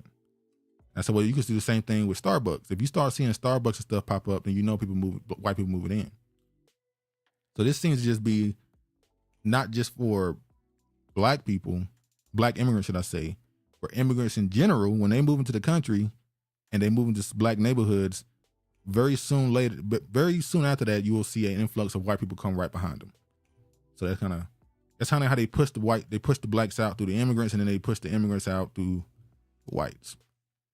Like I said, they're on a cycle right now where they're pushing black people back out to the suburbs, out of the inner cities. That's how the expenses are so high. And then in another 20 years or so, they'll push them back to the cities and let the white people move back out to the suburbs. But anyway, they're ready to build it up at least. It says mostly Brooklyn, New York, Little Caribbean officially designated in February in Flatbush 2017. Yeah, I saw Tariq Nasheed got a whole bunch of interaction on the tweet when he posted a clinic that says Caribbean Woman's Clinic. And he was like, "Is this divisive?" And they was like, they help anyone. They'll help a black American too. It's like, but you're in America and you're naming your clinic. And I have no problem with it. But they're delineating their ethnicity, their origin. So why is it a big deal when others do it? And then I saw this Congressional Black Caucus, thanks to Black Patriarch. It says, this is the Congressional Black Caucus. Immigration reform, lifting up the voices of black immigrants. An estimated 11 million undocumented immigrants call America home. 575,000 of them are black. Black immigrants, much like African Americans, are disproportionately targeted by the criminal justice system, which often leads to the deportation and detention. Consequently, although black immigrants only represent 5% of the undocumented population in the United States, they represent more than 20% of the immigrants facing detention and deportation on criminal grounds. From the institution of slavery to state-aid institutions, the criminal justice, juvenile justice, and child welfare systems, African Americans know all too well the pain of the forced separation of our families. I don't like that they compared immigration to slavery. I don't like that you're comparing a person willingly coming to a country and being treated a certain way to slavery. This Congressional Black Caucus said that too. I almost said that clinic website made it seem more like an immigrant office. Well, yeah, they said they had certain cultural things the way they try to heal people and stuff. Who wrote this? You mean the Congressional Black Caucus article, or which one? The other article? Which one are you talking about? The other one's on Congressional Black Caucus. You can just go to a website and it's just immigration reform is a tab.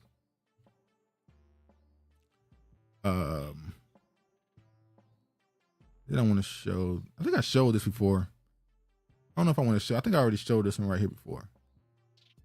So, and this is a scenario that like has happened with a lot of Somali kids, by the way. Oh yeah, I showed this already. Never mind. This is a dude who's saying that Somali kids are told they're not black and then they're told they're not something else. But yeah, we can move on. Shout out to Mark. Mark, go ahead and send this. I'm gonna play that. Hold on.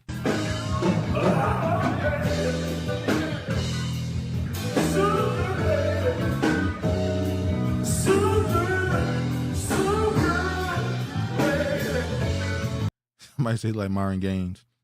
Honorable says if it's the Black Caucus, it's Black immigrants crafting that narrative.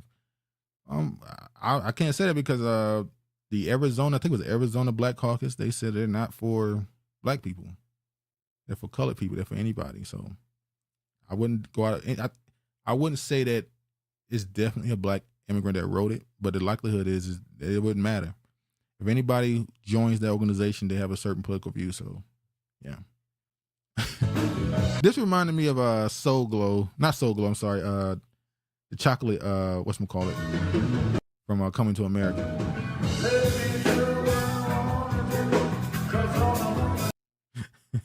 Keeper said, what in the black Elvis is going on?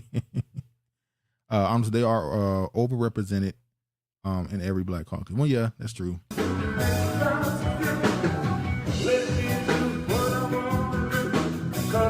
I couldn't help but look at this and think that was an Indian dude. It was hilarious.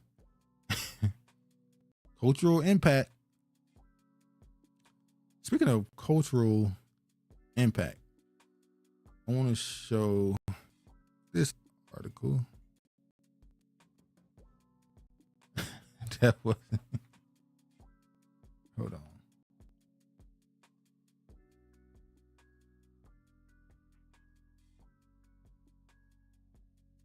So was that an Indian dude? I don't know. I didn't get the background on him. When I first saw it, I think it's because of the hair. And normally when I see a person that dark with that straight hair, I always think I know that they're Indian. But I don't know about him. Because the crowd seemed like they were just black people. What was it? Oh, man. I was like, wait, that wasn't Jason Derulo? No. Leave Jason alone, man. Where that dude was greasy as fuck. He had that soul glow on. He was slick back.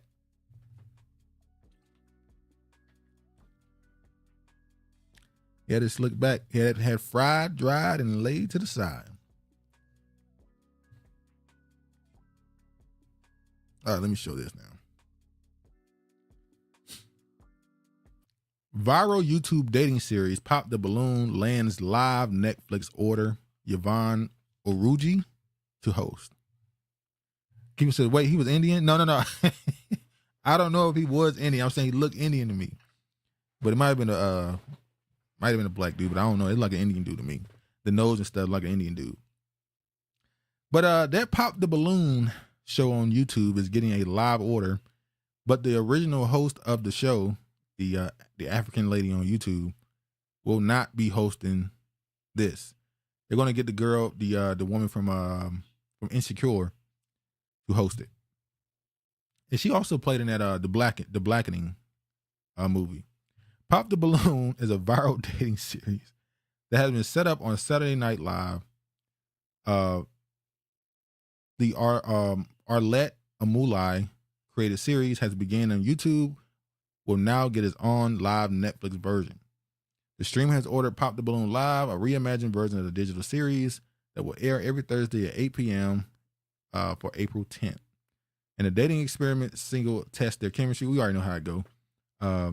Virginia says he looked like an Indian in blackface. Formula on the hair. Grecian formula on the hair. Yeah. He had a slick going on. And he was singing some oldies too. Yeah, he was having a good old time, wasn't he? But about this,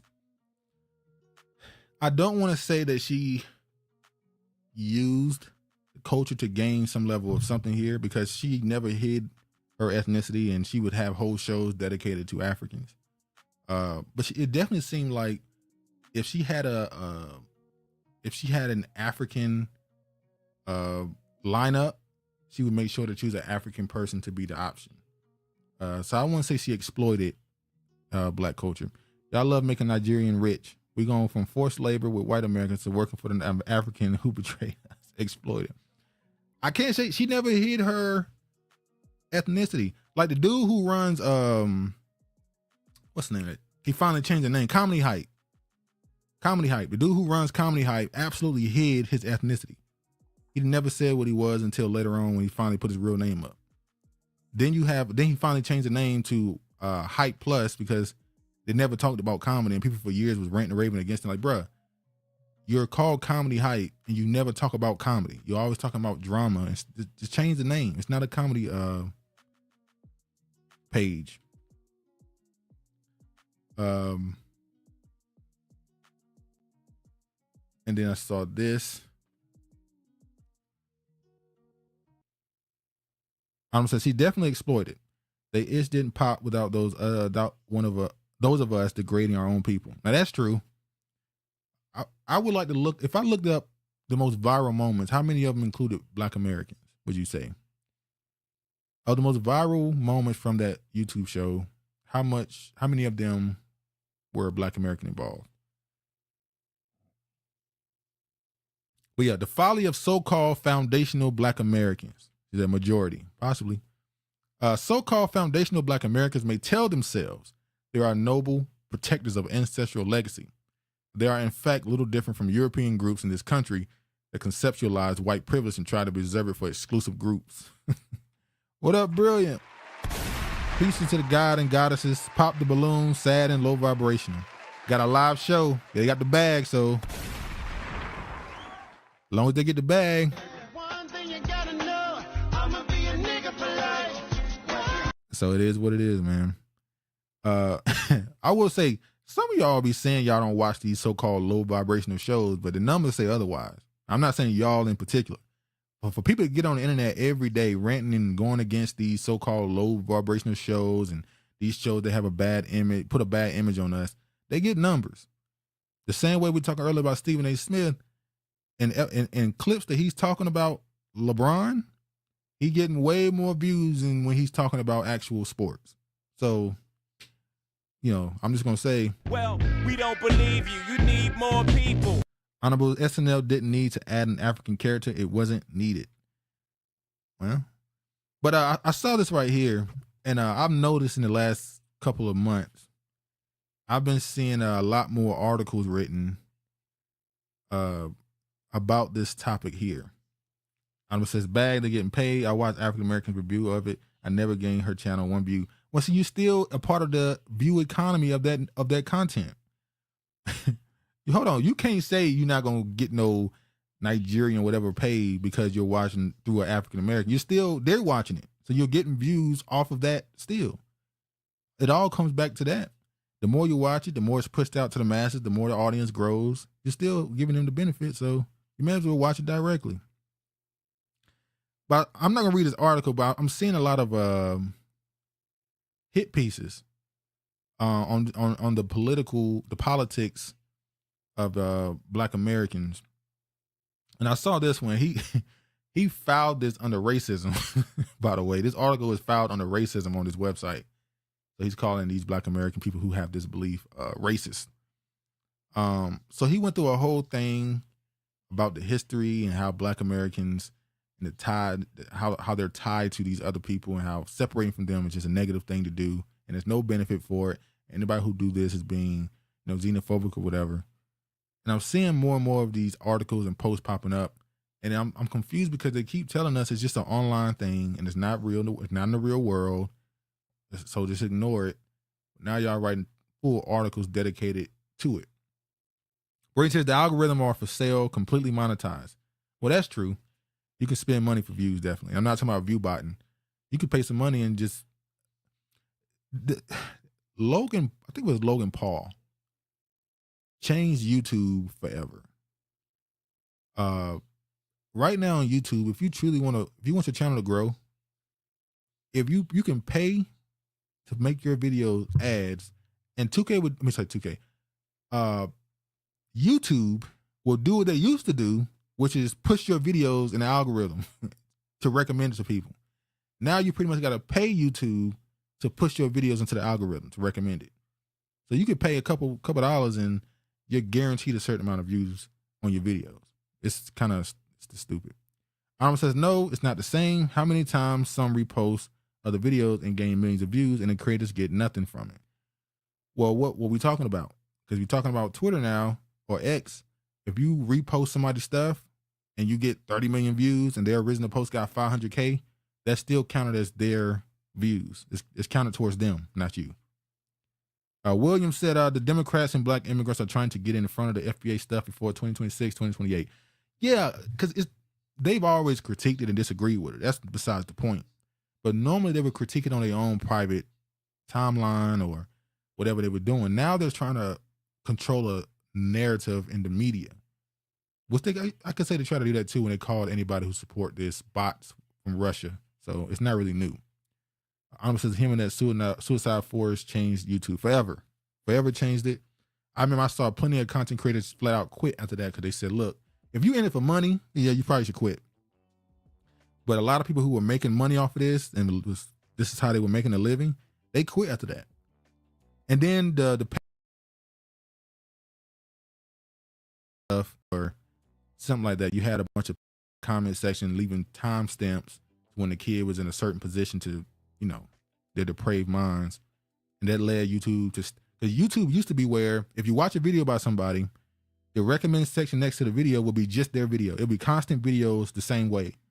But these weirdos would find a video of some young girl or young boy, and now they're in a whole nothing but kids section watching nothing but kids do gymnastics or walk around in their rooms and stuff. So, yeah. Brain says TikTok worth over 50 billion now. Straight e-commerce talking about new. Yeah. And that's why I was laughing when people were saying how during that fake Trump banning TikTok fiasco, I said, look, man, they ain't. Virginia says the Dems and the black immigrants come off as race hustlers versus race realists. Well, I think a lot of it is echo chamber.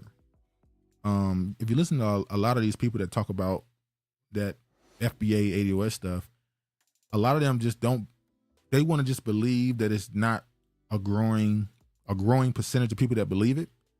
So when you say certain things, they'll just push it off as that's just one person.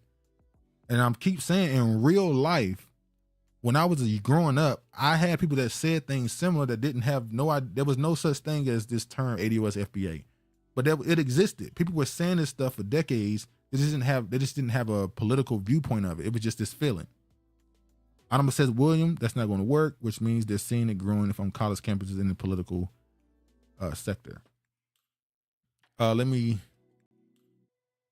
move on to another one of these hit pieces. It's time to reckon with the reactionary rantings on ADOS FBA. See, March 26, 2025.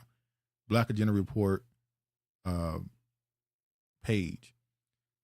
So, like I said, this is happening more frequently.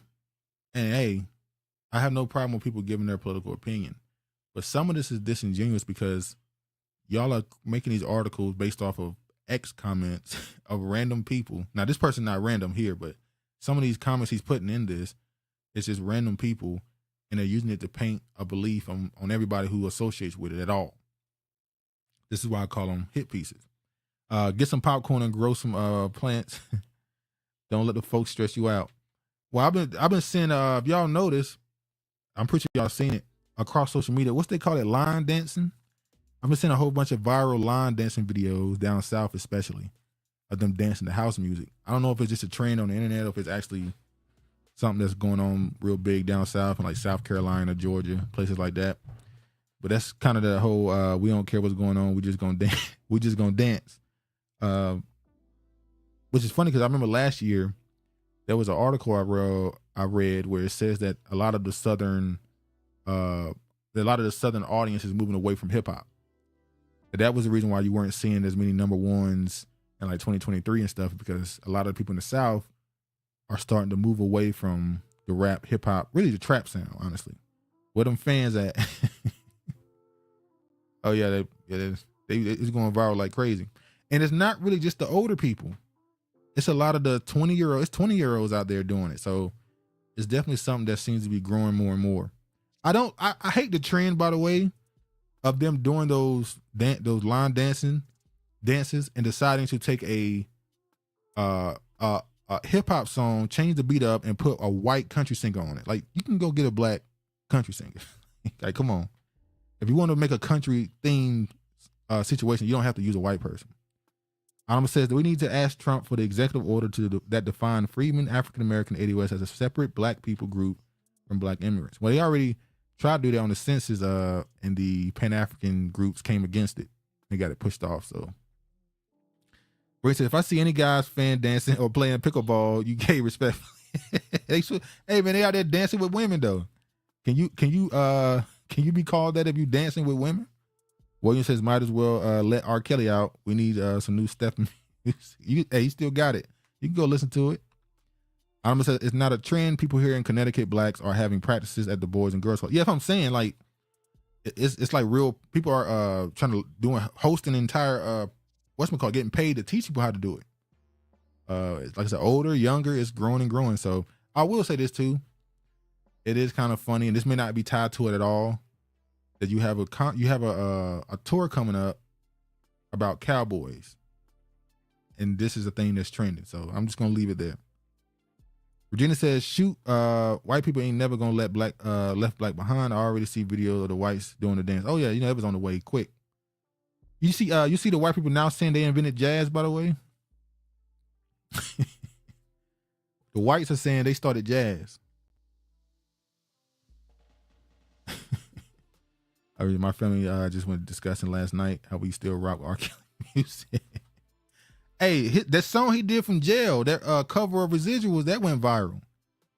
So people definitely still listen to him. He put something out. I don't know, Beyonce has nothing to do with the trend. Don't do that. Hey, I ain't say no name. Regina says they crazy, but it's our fault too. I want to show this little joke right here. Because the article I just showed about the guy saying it's time to reckon with the reactionary ramblings of ADOS FBA. I saw this funny this shit right here. He said, every time I'm a nigga, tether or not, talk shit about ethnic black Americans, guy pushes his hairline back a little bit. I just thought that was funny. All right. Brain said the only jazz white folks started was the Utah Jazz. I'm still annoyed that they still ain't changed that name to the damn New Orleans Jazz. Like, come on, man. Change the name. They should be called the damn the Utah Mormons or something. Like, stop. That don't even make sense. Why is jazz associated with Utah? It don't even make sense. One of the whitest places named after jazz. What are y'all doing? Although they may go with that white dude's opinion. They started jazz. That's why they named the Utah Jazz. I don't know. Let's move on. We can skip that too. Bruce said jazz in Utah is diabolical. Ridiculous, but it took them forever to bring the damn Hornets back to Charlotte. So we ain't gonna get that for another 20, 30 years probably, if they make it that long. Let's move on. Which whites claiming jazz? Those alt-right accounts on X, they trying to post old pictures and stuff saying that back in the early 1900s, back in the day, during the early stages of jazz, that it was white people doing it as the groups, when that's actually false. They were calling jazz devil music.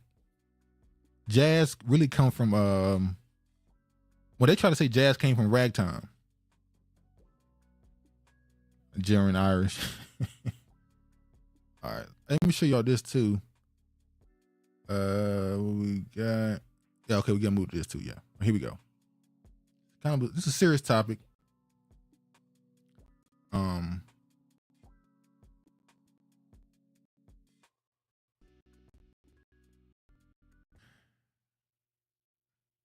Psychologist arrested for sex crimes at youth detention facility. Maya Hayes, a psychologist at Brookwood Secure Center for Youth, was charged with 65 counts of criminal sex acts, including rape.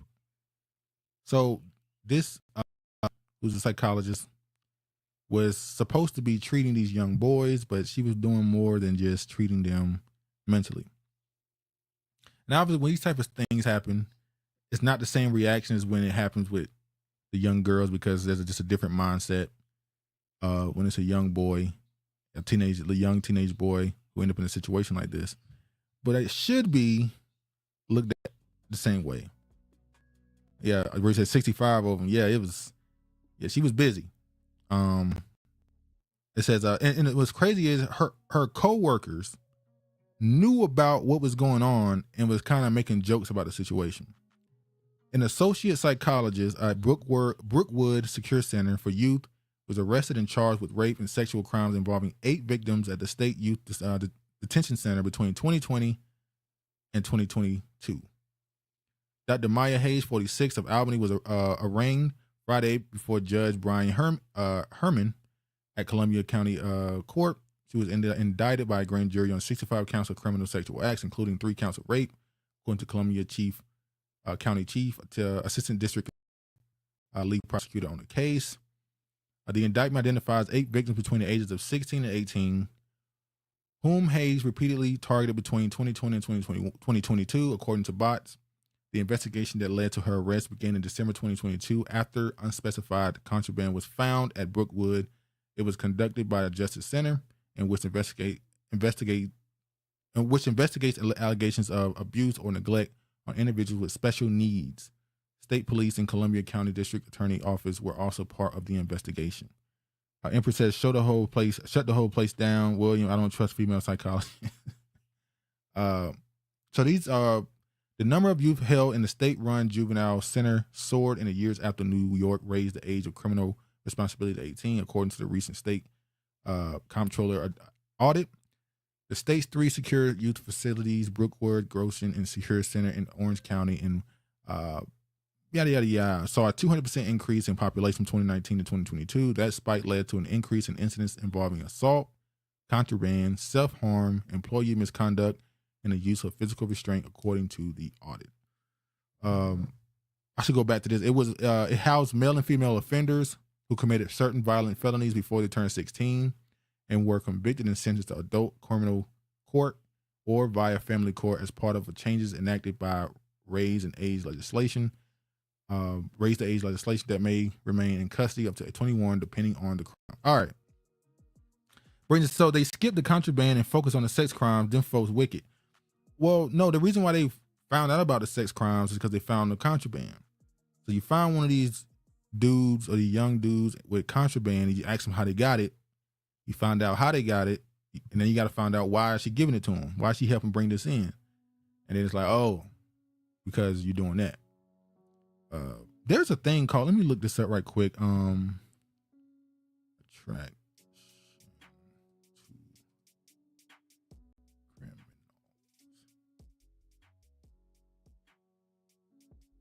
Hold on.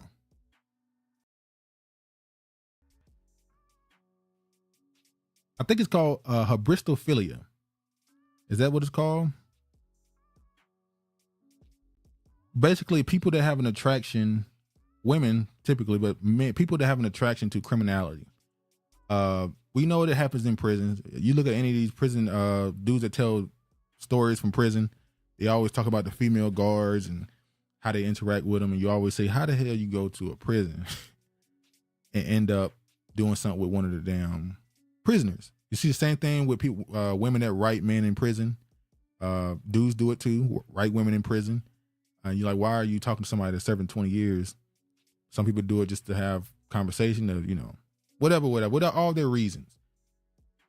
But this situation, obviously, when people bring it up, I didn't like the fact, and this woman who did this was black. I didn't like the fact when people brought this up, the first thing they said was, nobody talks about this. Young boys, nobody talks about young men being assaulted or abused or whatever. I'm like, well, this is a chance to talk about it, and the first thing you bring up is the people who don't talk about it. You can make it a thing now. Green says, my mom used to work at a juvenile center in baby bookings, a larger intake center for juveniles in Baltimore, on older stories. Yeah, I'm sure it's a lot of stuff going on in there. But then it led to, it just so happened recently, there was a song released by rapper YG. Y'all were probably known for Tooted and Booted and all those other hits he had in the early 2010s. He released a song right here. Honestly, did you see those two women was killed by their husband during visits? Yeah, I'm gonna get to that. Let me just play this right quick. Hold on.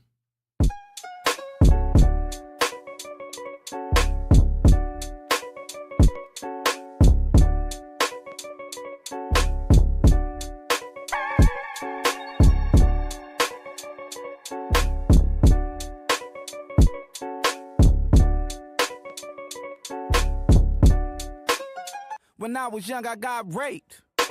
5 bitches twice my age. I don't gotta play no more. He kind of said everything in the first line. So in this song, he goes to the story of he was a 14-year-old who had a 30-year-old stripper on him. And the way he painted the video was interesting too, because you always hear these stories about, and I know the stories of dudes in their 20s outside of high school in cars waiting for the girl to get in the car with them. So he painted it the opposite. It was a 30-year-old stripper who was waiting on him to get out of there and go with him. So he told the story and all that stuff. And like I said, it led to people talking about, the discussion around young boys being assaulted. And I said, that's a problem too. The number of teachers, and another story came out about a teacher assaulting another student. I don't mind people talking about the assault on young boys from, say, priests. We always bring up the church and what they do to kids and how that became a stigma on them. But we also need to talk about public school employees that are dealing with young boys. There was another video that went viral. Let me see, do I got it? There's a video that went viral of a stripper dancing and getting money thrown on her from 15, 14-year-olds. And I said, well, because of history and how black men have been painted, this hypersexual, masculine male that they've put out there, it's become so normal for a 14, 13-year-old to get hit on by adults. I don't know anybody my age or anybody I know that haven't been hit on by an older woman. Sometimes it went further. Obviously, the norm of the average age of a young black male losing his virginity to an older woman is normally like, 12, 13, 14 years old? So it's a problem. And I still think we need to look at the schools a lot more because these female teachers are going crazy. Regina said, I recently learned the term contraband describe enslaved black people who tried to escape the Union during the American Civil War. Hey, Regina, everything about us. in America, you look up anything too long, you'll find a way how it goes right back to black people. I'm saying shock value. So he was raped in hindsight, but he liked it. Was there no other way for him to start the song? Well, at 14 years old, if a 30-year-old woman who all your friends are saying is attractive, that's early teens, you're starting to get interested in girls, around like 10, 11 years old, 12 years old. So if I got a 30-year-old woman giving me attention, I don't understand the age difference. I don't understand how this is going to affect me when I'm older. So her giving you that attention is enough. Saying that he enjoyed it then, what does that mean? Like, what does that mean he enjoyed it? Brain said Antoine Fisher's a damn good movie. Great movie. One of the better black movies you'll find, especially of the content that is. I won't say it's underrated because anybody who's watched it has obviously gave it all this kudos and how great of a movie it is. But it's probably as known as it's going to be for a movie that's about that. So it is what it is. So what's hit on? I hope not an older woman saying you attractive. While older woman rubbing on you, making it obvious that it's a sexual attraction. We just saying a woman walking up to you and pinching you on the cheek and saying you cute. That's not what I'm talking about. We're talking about a woman who's making it obvious. I'm sure as a woman, when you were a certain age and you started seeing men look at you a certain way, you noticed that it wasn't just some older man saying you're a cute little girl. It turned into something else. At some age, you notice a different look they gave you. How older men hugged you changed. They started making sure they hugged you a different way if they weren't creeps at least. You got a different look from men when you got a certain age. Men recognize that too. When you hit a certain age and an older woman think you're handsome, there's a different look and talk they give you. It ain't the same thing. And sometimes it's blatant. You just have a woman flat out say, tell me when you're 18. And let me know when you're 18. So, and sometimes they don't wait until you're 18. So it is what it is. It's a thing that gets kind of, by men I'm talking about, by men, it kind of gets treated like, hey, it's a woman, you're into women, you should be okay with it. How a dad would react to his 14-year-old son being with an older woman is much different than how he reacts to his young daughter dealing with an older man. Arnold says Fisher didn't like his abuse. It was abuse from beginning to the end with him. There I was young and slept with older women. Stories are different. Well, it ain't actually. In this story with YG, he tells the story of his sexual acts with this woman, how he was dating her niece and she hit on him and seduced him. And at some point she wanted him to, excuse my bluntness, she wanted him to eat her ass. And that's when she made him do something he didn't like. In the Antoine Fisher story, she wanted him to perform Congolese on her. So he didn't like it. And so yeah, the same thing I say about teachers with students. Normally when the boy tell, it's because the woman wanted him to do something he didn't want to do. His first interaction with a woman turned into something that he realized, oh, there's not really an attraction here. I'm just a young, horny boy. Now there's not a real attraction.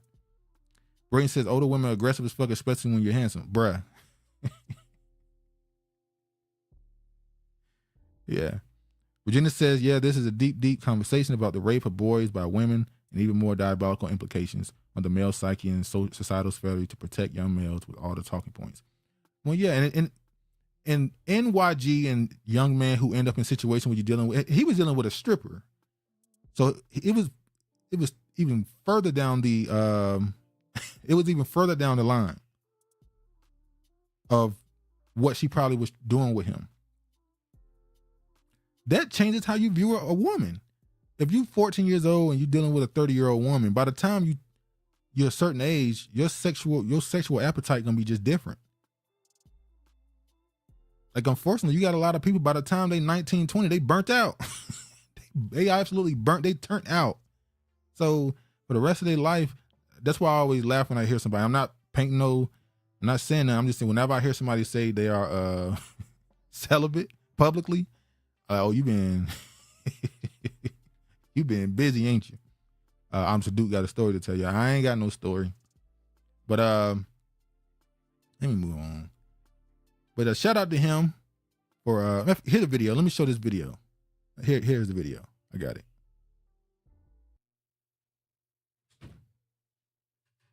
Hold on, y'all.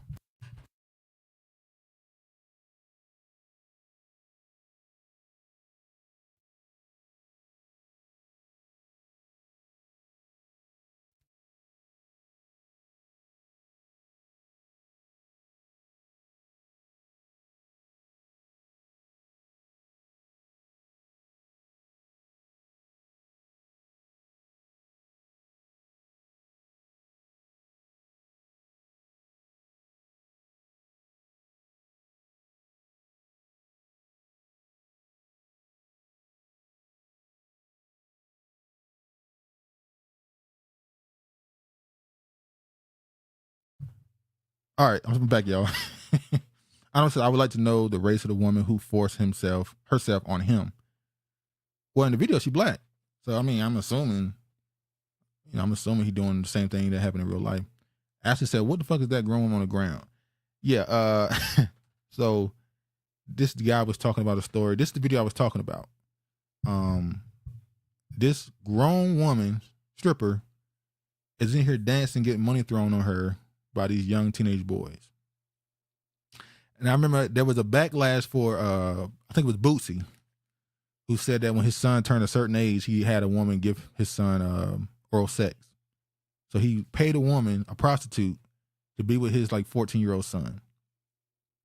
And this is why I get mad at the dudes online who, when stuff like this, stories like YGs or somebody come out about some young boys preyed on by these older women, they start bringing up the women who don't bring it up in there. Like, how about we focus on just fixing the problem?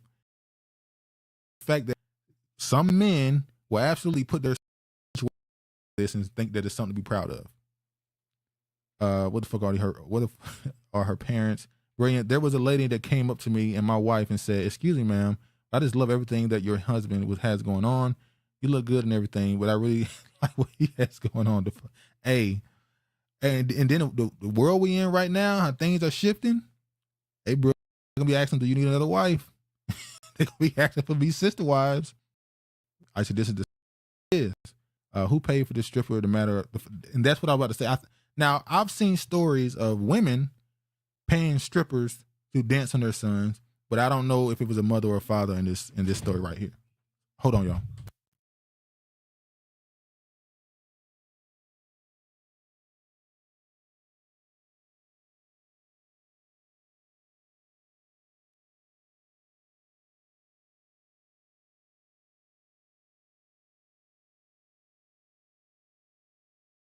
All right. Brayden said them little Negroes at 13, 15. Yeah, it's crazy. Let me just play some of this video now.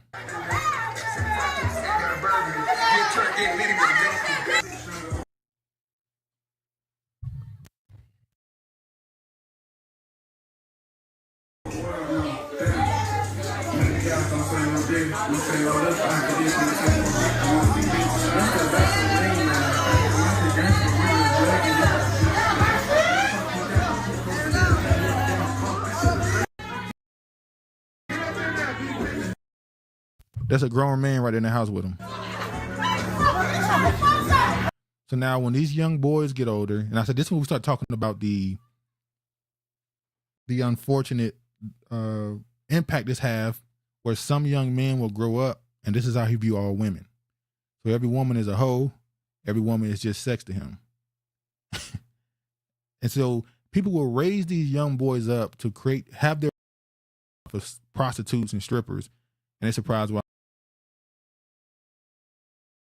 Honorable says, is YG recorded being covered by all black male podcasters? Oh, is his record being recorded covered by all black male podcasts? I don't know. I saw a few people talk about it, although I feel like most people who are speaking on it aren't talking about it from a serious note. Some people are looking at it like you called it earlier, shock value. Some people are saying it's a good thing to get out, kind of just moving on. It is what it is. They don't want to tell their own story. Because are there instances where some young boy got pursued by some older woman, something happened and he grew up to be a normal adult and it's just something that happened that he has in the back of his mind? Yeah.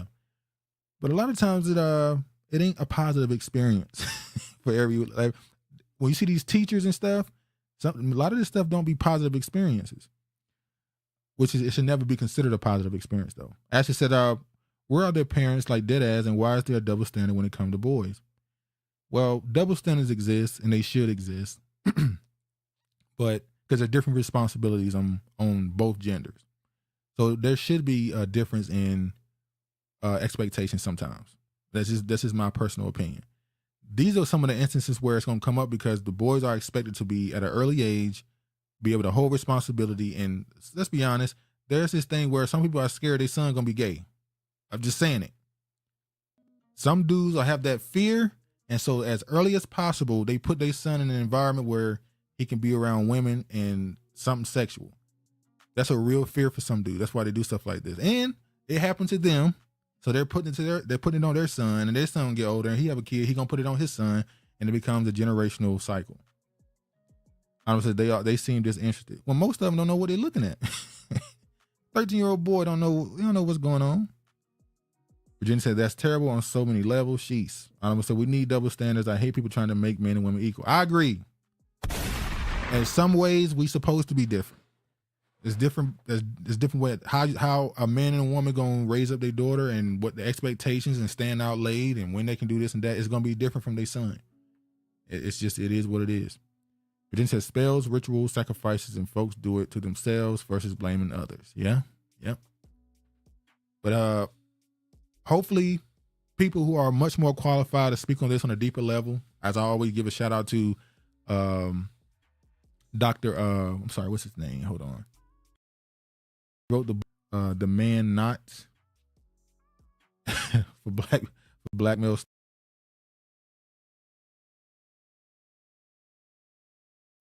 He's somebody that can speak on this at a much more analytical and deeper level. So shout out to Tommy Curry. I'm pretty sure he's going to be somebody that if you go on social media and type this in, you're probably going to see a whole bunch of people referencing him, and he's going to be getting a lot of interaction. So he probably will end up being on one of these podcasts on YouTube or something where he'll be discussing this. So can't wait to see him.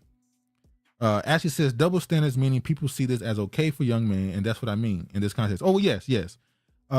But like I said, there's a reason why. It's young boys, let's be honest, as a man especially, having a daughter, there's a certain level of wanting to protect her virtue. You want to protect her innocence.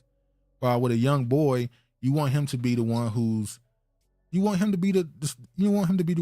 the quote unquote cool guy, the cool student. You want him to be the young boy who can move around and is just well liked. You want him to have an experience that you consider normal for a young boy. You think because when you were that young, you were into certain things, I want him to be into it too. While with your daughter, you're trying to protect her from the very thing you're raising your son to be. So it is what it is. Brayden says, my OGs didn't teach me anything positive. Bunch of suckers, for real. That's why there's a difference between OGs and elders.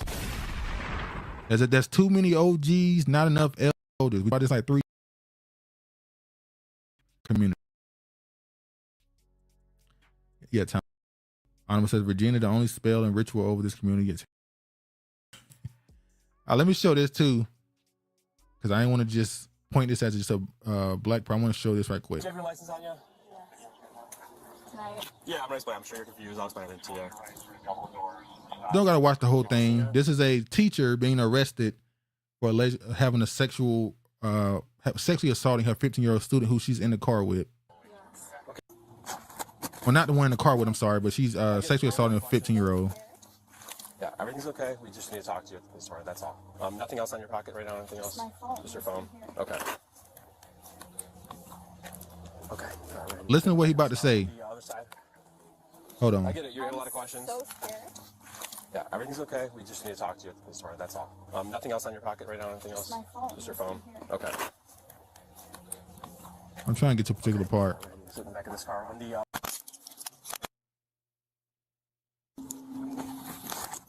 So we'll let, it's your husband. Her husband.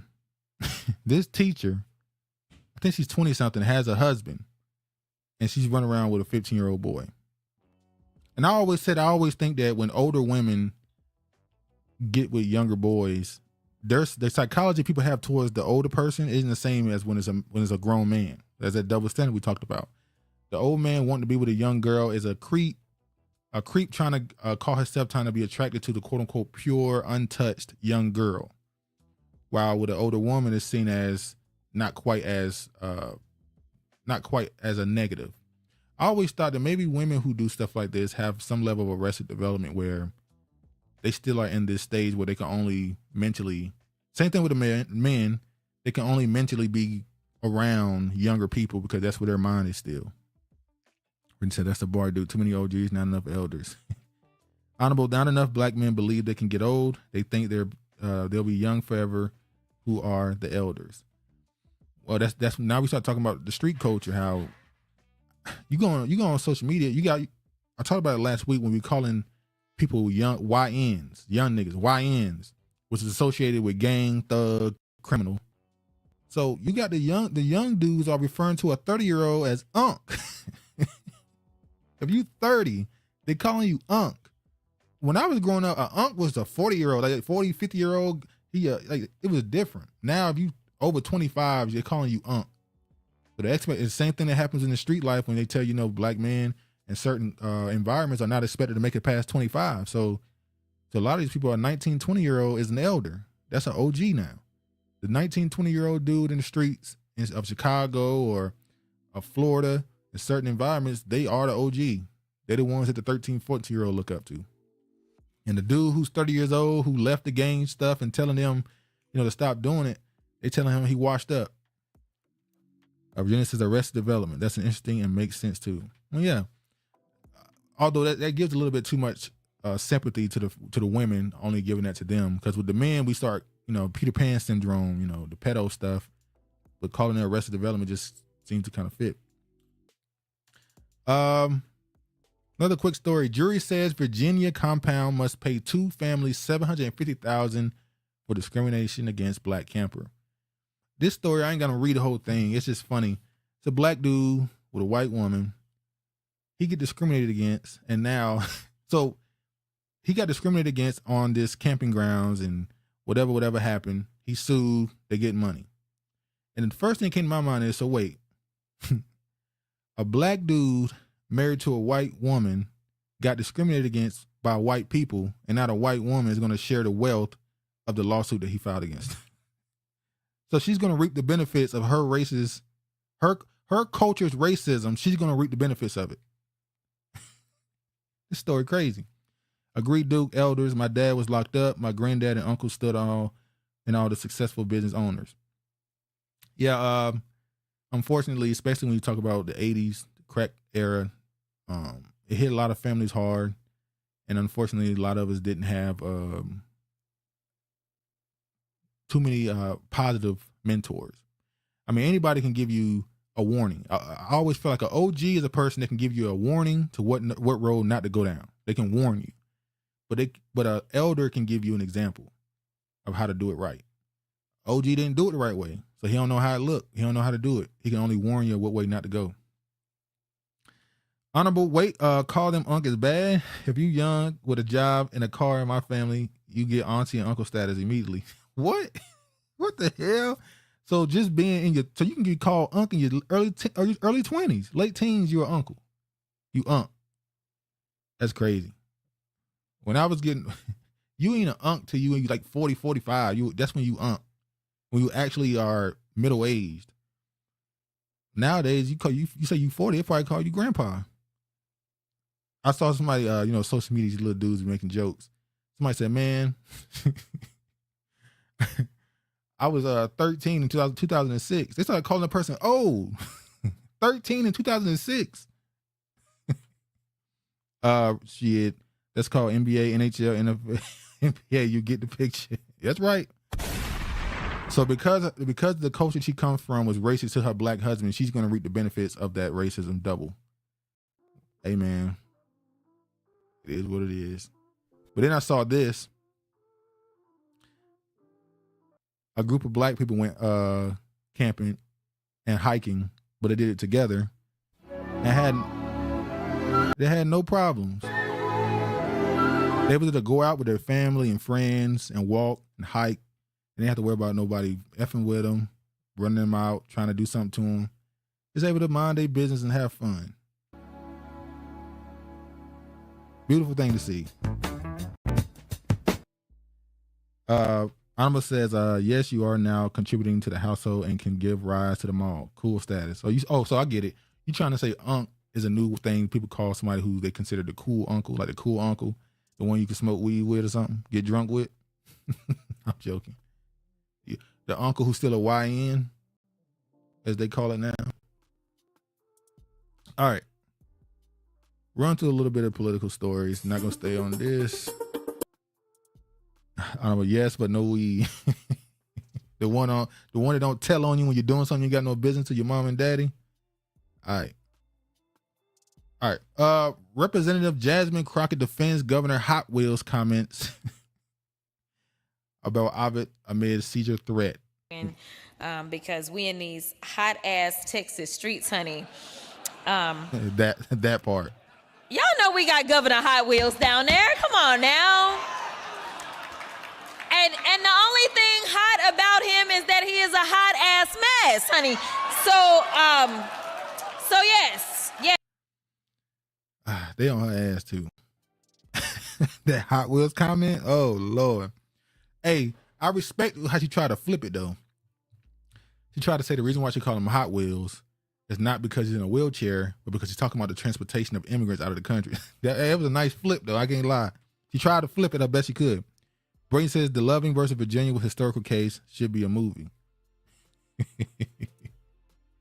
Hey man, I remember when Trump get rid of affirmative action and stuff, and everybody was like, "Oh man, they're gonna come after Virginia next," because they were trying to go after Thomas on the Supreme Court, saying they're gonna come after your marriage next. I'm like, I mean, to be honest with you, if we're now in this post-racial society and everything is fair, shouldn't they get rid of Loving versus Virginia? If it's because at this point, do you need them to tell you not to do that? Do you need them to force you to legally allow interracial marriage?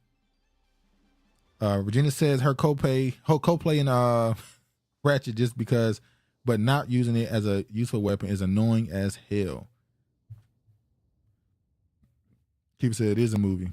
Oh yeah, I think isn't the female actress in it? I feel like the woman who played in that American Horror Story, the black woman who played in that with Anthony Mackie, isn't she the one in the movie, or am I thinking about some other movie? Cosplaying. I'm sorry, Virginia. Yeah, Cosplaying. I'm sorry. Anima says the rise to popular is happening too fast, even for her. You out of control, but the wigs slow improving. Oh, you okay with the wigs now? You okay with the hair hats? Honorable, they already separated Loving from civil rights, so a win is a win. They tried it with the LGBT mess some time ago. Kibba said, I can't remember her name, but she's a good actress. Yeah. I think I might be putting the wrong face on it though. That might not be the same woman.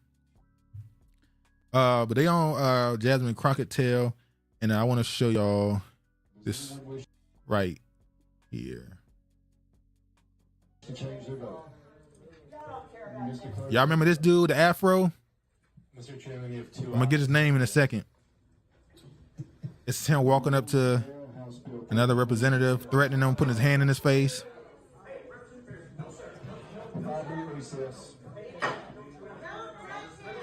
Shout out to Nikki the guy.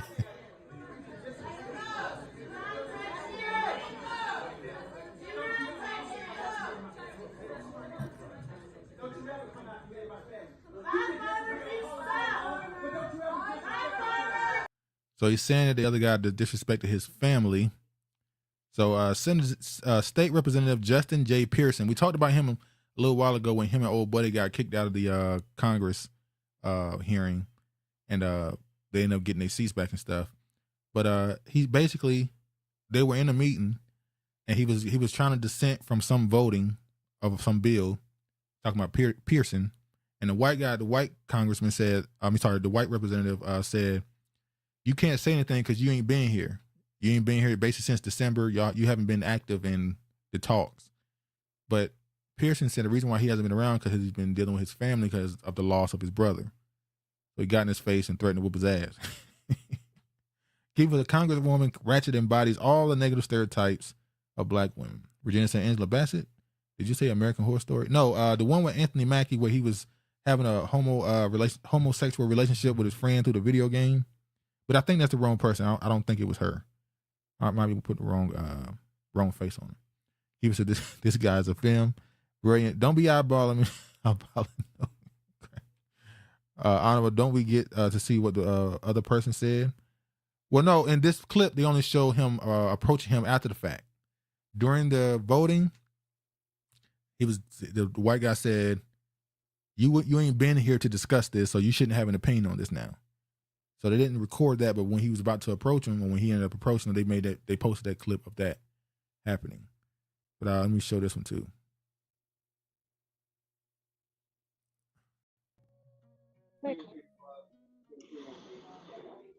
Okay, Representative Pearson. You just recently got back out there to Nashville to, get back into this legislative session. And this morning, there seemed to be a little confrontation that happened. Just talk to me from your perspective as to how this all played out. Yeah. I mean, the Tennessee General Assembly is one of the most toxic work environments that exist.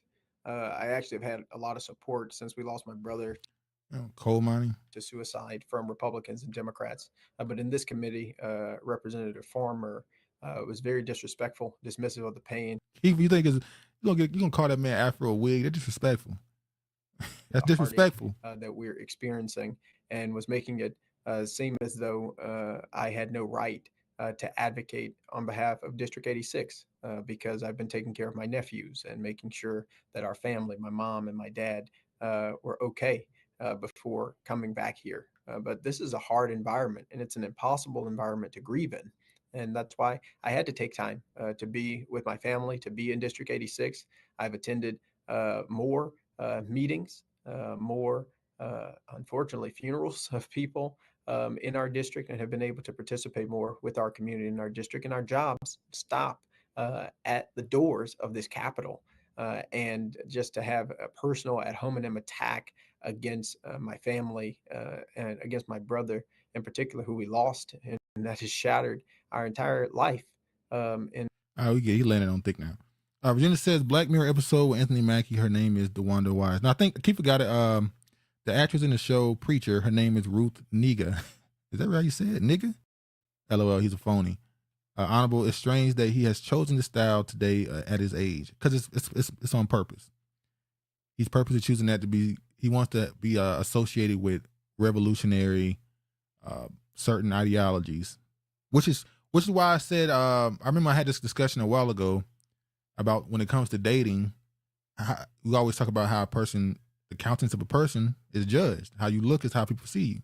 So it's funny when you see you have Black women who wear their natural hair and wear afros, and they'll say, hey, it completely changes the type of dudes that approach them in public. And it's like, well, yeah, it's an energy. If you see a Black woman or a Black man with a fro on their head, there's a sense of assumed pride they have in Blackness. It's assumed that they're into certain beliefs, even if it's not true or not. So that's what he's doing here. He's trying to associate himself without even having to say it. Brilliant. I told you we're too emotional for politics. Lil Afro Bro said on site. Honorable, it's his version of a dude with a blue vest. Can't take him serious. That's a good call. That's a good call out. Whatever happened to him? Whatever happened to Blue Vest? His brother self-deleted and wants to take a gun rights away because of self-deletion. Make it make sense. What up, mystery man? I just got back from Home Depot. I got gloves, knee pads, and hats because we're going back to...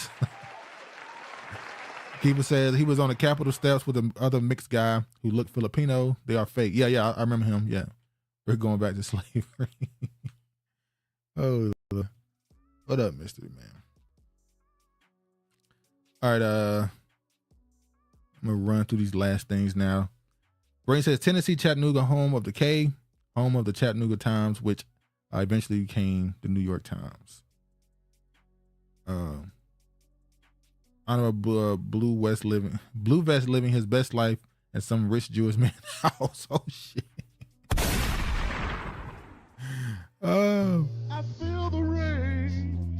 I feel the rain. It's raining all over me. I'm moist. All right. Quick on this one. Quick on this one. This right here. Now I never talk about this royal coupling between Meghan Markle and what's his name, Prince Harry. But a little bit of because for the longest, the only time I've seen them brought up is when they were calling the royal family racist or saying that British media was racist. And it's like, well, yeah, I mean, it's British media and the royal family. What are we talking about? But now some fallout have came because the charity he's been associated with, the African charity for, I think, AIDS support, the woman who's at the head of this now because they stepped down is now coming out with an attack of her on the on the Prince Harry Meghan Markle couple. I'm only bringing this up because for the longest, these British people have been trying to take them down since forever. Since they called itself moving away from the royal family, moving back to America, they've been trying to take them down for the longest. So you can see here, meet Sophie. I'm not even trying to say the last name. Chinduaka. I don't know how to say it. I'm sorry. Who's at the center of Prince Harry's charity meltdown. She accused others at Centerbell of bullying, had an awkward encounter with Meghan Markle, and once worked at Meta. Mr. Man, I was at Lowe's and worked my butt off earlier today. Says Meghan taking over TikTok with her cooking show. Child, I keep saying one pot lemon pasta a mess. I don't know about all that. But basically what happened in this situation is there's a charity he was a part of. And it seems early 2024, there was some type of disagreement that happened because this woman here, Sophie, wasn't supportive of him doing this polo event he normally do. She basically was challenged it somehow. She says that there became a certain tension between her and Harry because of Meghan, whatever. But it's because apparently a story came out from this situation, and the charity wouldn't come out and defend Meghan Markle to stop some narrative from being created. She wanted to basically use this charity as a PR machine for her, personal PR machine. Which goes back to the critique that the Brits got against her, where instead of acting like a public servant, which the royal family is, she was carrying herself like a celebrity. And they're like, no, we pay taxes and y'all live off our taxes. So yes, you have a duty to wave to us to be an ambassador for us as a country. You don't get to just ask for privacy and tell us not to bother you. That don't make sense. It's if they're in the worldwide privacy tour. So this whole blowout happened. Now the biggest story is this woman is saying that there may have been some misappropriated funds, that certain things are getting moved around a certain way. How she pretty much is painting the picture that they've been using these charities as a PR machine, basically, to look good to the public. But the fact that she's African made it hilarious because they can't paint it as her being racist towards Meghan Markle. Regina says, I wish this British white dude, they stay on Meghan's. I watch this British white dude. Oh, yeah. Keep says, surprise, surprise. Yeah, I still don't understand when they came to America and they had a little interview with Oprah, and they said that when they came here, they needed to be housed. And it was Tyler Perry that took them in. I still don't understand that situation. That still don't make sense. So what was the issue? Was she acting like a celebrity or an American that troubled them? No, she was acting like an American celebrity as a public servant in Britain. It's just like AOC or any of these other politicians now that walk around like they're celebrities rather than politicians or public servants. Like they kind of forget they work for you. They work for the people in their district who voted for them.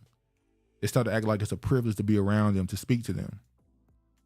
Like back in the day, it meant nothing to talk to a politician. Politicians would actually have to speak to their voters consistently, like flesh and blood right in front of them. And they would tell them to their face, you ain't doing this, you ain't doing that. Fuck, they would cuss them out if they didn't like what they was doing, and they would praise them if they did. Now politicians don't talk to people that much. Like, you got to talk to me over the internet. You're not meeting me in person because I'm in fear. You know, they act like celebrities. Breen says everything in Britain is crooked mess, like their teeth, respectfully. He says she wants the royal treatment and title without the responsibility. Exactly. Like, didn't they supposedly denounce their connection to the royal family, but then she turned around and still wanted the kids to have titles? And she's now selling products, calling herself the Duchess of Sussex, however you say it. And it's like, wait, I thought y'all separated yourself from the family. Why are you still trying to carry the titles? I said, you trying to come to America and make your money, man. You just want to make your money and move on. Prince Harry tried a force of failure of charity he founded, claims chair. British royal says he had no option but to quit in solidarity with the Centerbell trustee after a loss of confidence in Sophie. So they're trying to put a black mark on her. Honorable says Tyler wanted headlines telling African American women to aspire to be with broke men, house disgraceful royals who were never in line to be king. Yeah. That's another thing. The people who support them have made the other Prince dude, they made him the villain. Watch out. See what happens to Diana. Oh yeah. Yeah, his mama got caught with that Arab man, and yeah, keep her. Yes, the kids still have titles because of his blood. She has no title, but she's going to around saying she's the Duchess of Sussex. I hope I'm saying that right. But yeah, it don't make sense. She's using it to profit. But when they said that you were using this to profit, they called them racist or whatever. But yeah. Honorable Africans being buffer all over the world. Look at the role they play everywhere. Let's move on to some more finance. I've been talking about the Federal Reserve, and more stuff is happening. Bill that will allow Utah to make payments in gold awaits Governor Sussex. All right, thanks, Keith. Thank you. I'm saying that. Sussex. All right. Honorable, she can't LLC the Duchess title. I don't know. Is that title copyrighted? Is that owned by the royal family? I would imagine it's owned by them. It's a title they own. That's kind of, I don't know. But Utah now still want to be Utah to make payments in gold awaits governor's signature. So obviously, in the Constitution, it says that you can pay your debt. A state can pay their debts through gold and silver.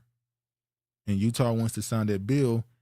I've been saying that a lot of the world seems to be getting ready to use gold to back their cryptocurrency coins. And I think this was going on. We saw it with Texas. Is this it right here? Hold on.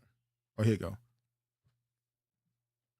go. Keeper says probably depends on how it's used. Yeah, maybe so. I think she's using it to sell some product, Megan.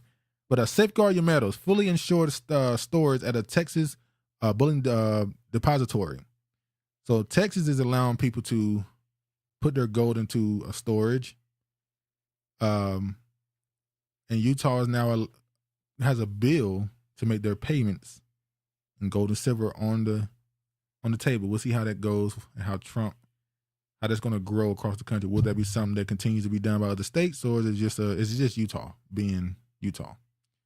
Abu Dhabi to be first city in region to launch midnight air taxi.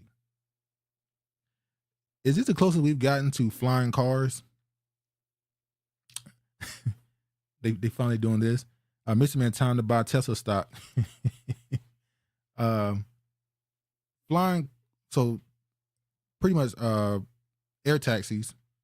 Abu Dhabi. I brought this up to talk about the last time. Every time I see one of these stories, it's never in America. America's transportation system, they don't look to improve it whatsoever.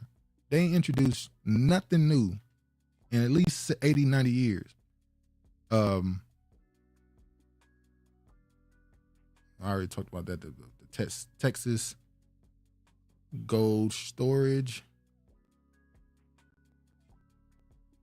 All right, this is the last thing I'm going to talk about. This is the last segment. This is a big story. Trump administration accidentally texts me its war plans.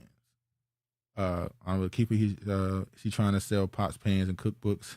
From what I see, brilliant. I have shares in Tesla. Stock flop like a motherfucker, but I'm holding it. You better, because some companies too big to fail. They're not gonna let it happen. And I've been believing that everything about Elon Musk says CIA. So that ain't even his money. That ain't his company. That ain't his inventions. That none of that. So that some things just ain't gonna fail. It just ain't. U.S. national security leader included me in a group chat about upcoming military strikes in Yemen.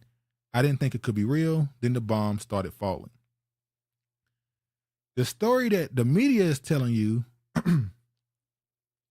is that Trump or Trump's administration added an editor of The Atlantic to a group chat while they were discussing bombing Yemen. Keep in mind, in all the talk about all what's going on with that situation, none of them are against the actual bombings. I haven't seen none of these. I ain't gonna say none. The bigger talk isn't why is Trump bombing Yemen.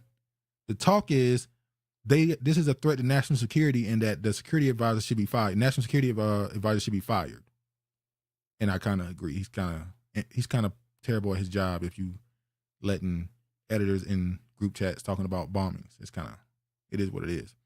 Arnold said, paper wealth can definitely fail. Him using his own company to buy Twitter is showing us that he need liquid cash bad.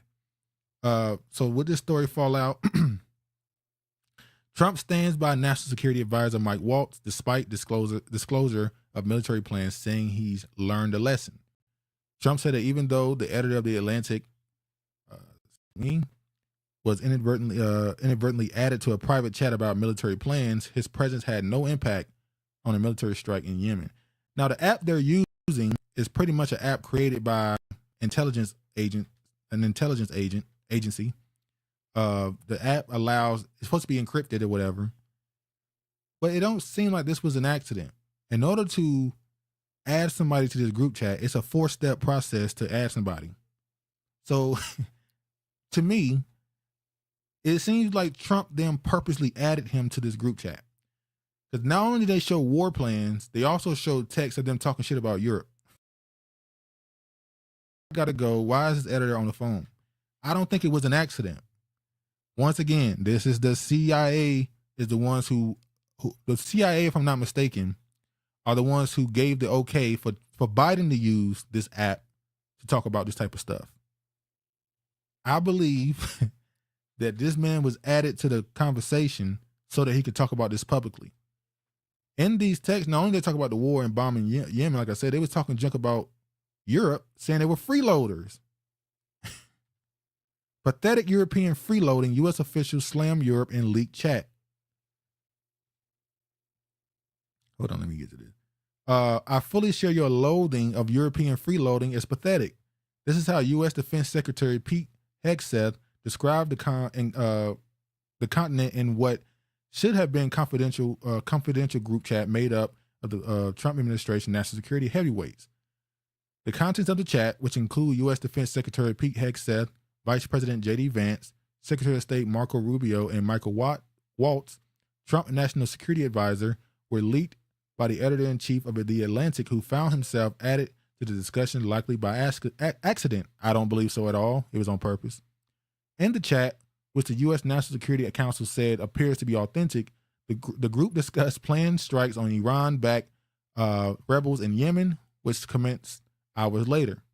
Aside from top-secret operational information on strikes, the chat also laid bare U.S. disdain for Europe, which Vance first articulated during his speech in the security conference. In the leaked conversation conducted by the Signal app, that's the name of the app that they're using, Signal app, unauthorized for classified official conversations, well, apparently the CIA actually did during the Biden administration, Vance said how much he hated bailing Europe again, claiming that the strikes on the Houthis, I'm not going to say that word, and the subsequent unblocking of trade routes would benefit Europe most. 3% of U.S. trades run through Suez, 40% of European trade does. There is a real risk that the public doesn't understand this or why it's necessary, the U.S. Vice President said at the start of the discussion. I am not sure the president is aware of how inconsistent this is with his message on Europe right now, Vance continued, arguing the strikes should be delayed for months. Mitchell said Musk got billions in government contracts and owns NASA. I don't think he owns NASA. NASA's a whole other thing. Honorable, I never heard of this app before this story dropped. What contact name was the reporter saved under, and what I want to know. Mr. said U.S. has become North Korea. North Korea. Emperors, MEI, mostly exaggerated incompetence versus DEI, didn't earn it. Kiefer Honorable, I don't think the Royals would make waves over cookbooks and pots and pans. Meghan likely needs the money. Brilliant. Europe doesn't produce anything and only consumes global resources. People still not pointing out that bombing of that gas pipe from Russia to Europe, that hurt them a lot. That's why they're saying that they will not sign no they would not okay any ceasefire or whatever until Russia. I'm sorry, y'all. Hold on.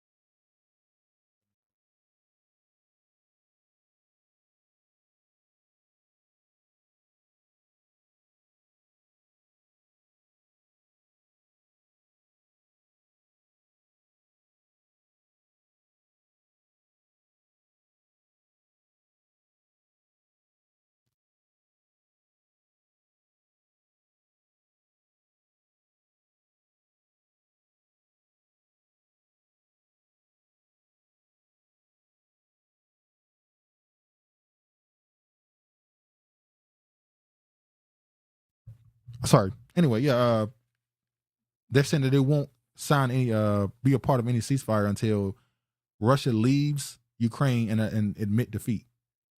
And I'm like, that ain't happening. That's not happening. Honorable, I'm getting happy the world gets to witness the incompetence of the white American male. They can no longer turn a blind eye to the ish we get to experience daily. I will say, especially in politics and government, we've seen the highest level of public humiliation amongst them. It's just ridiculous. The mistakes they're making, the lies they're telling that get exposed immediately. Maybe it's just because the internet age and people are just a little bit more informed or willing to look stuff up and just fact check certain things, but they look crazy. So basically, in this whole thing, we found out that at least Trump administration really don't like Europe and spending money on Europe and constantly having to bail them out for every dumb thing they do. But also, the European Union don't want to agree to have America into its economy, its trade economy, but you want us to bail you out through NATO. So yeah, causing some problems. Europe needs to know Uncle Sam has our back, says NATO Mark Rutte. The Secretary General sought U.S. reassurance after leaked text messages between American officials revealed critical views on European allies. More in the coffers, people. EU calls for households to stockpile 72 hours of food amid war risk. I saw this headline and laughed. If you're on your way to a war, what the hell is 3 days of food going to do for you? Just 3 days? Commission issues 30-step plan for dealing with the increased threats of including Russian aggression. Russia says sanctions must be lifted before Ukraine maritime ceasefire can start. But like I said earlier, Europe said until they leave Ukraine and admit defeat, they ain't listening. No negotiations. Ukraine demands fighting-ready troops from Europe. Now that word demand is heavy right there. Doing a lot of lifting. I don't know if Zelensky is in any position to demand anything. So yeah. What's this? Hold on, y'all. Just gonna run through these. Hold on. Oh yeah, we ain't gotta go into this. We are the people of the book. At Senate hearing, Mike Huckabee defends Christian Zionist beliefs and support Israel. I'm only showing this to point this right here. Mark Huckabee at the Senate hearing. I want to go because he gets a lot of support from the Zionists. He is a Zionist. I want to show one thing. Where's it at? Oh, Huckabee visits Lubavitcher's or Rebbe's grave ahead of Israel posting. The former Arkansas governor, a staunch supporter of Israel, visited the site in Queens together with his wife, Janet. So you have an American politician going to a dead rabbi's grave. And then in this, it was a video release pretty much saying he's hoping for the blessings of this dead rabbi to get voted in. That's what American politicians are doing. That's how loyal they are. It's crazy. I think else I want to show. Brady says most sheep will go through life fearing the wolf only to be eaten by the shepherd. Archbishop of America gives President Trump a holy cross and compares him to Constantine the Great. We've seen Trump compared to Xerxes, I think how you say it. We've seen him compared to certain king of Israel. Now these people are comparing Trump to Constantine the Great. Johnson floats eliminating federal courts as GOP ramps up attacks on. I don't think Trump gonna do that. Let me just run through this right quick, y'all. Hold on. Oh, here we go. Trump pardons former business partner of Hunter Biden who testified about the Bidens. Devon Archer had won fans on the right for cooperating with congressional Republicans investigating the Biden family. Not surprised by that. Now he's on a whole talking tour. Trump give him that pardon. That's how he buying all their support, man. Anyway, hold on, y'all. Let me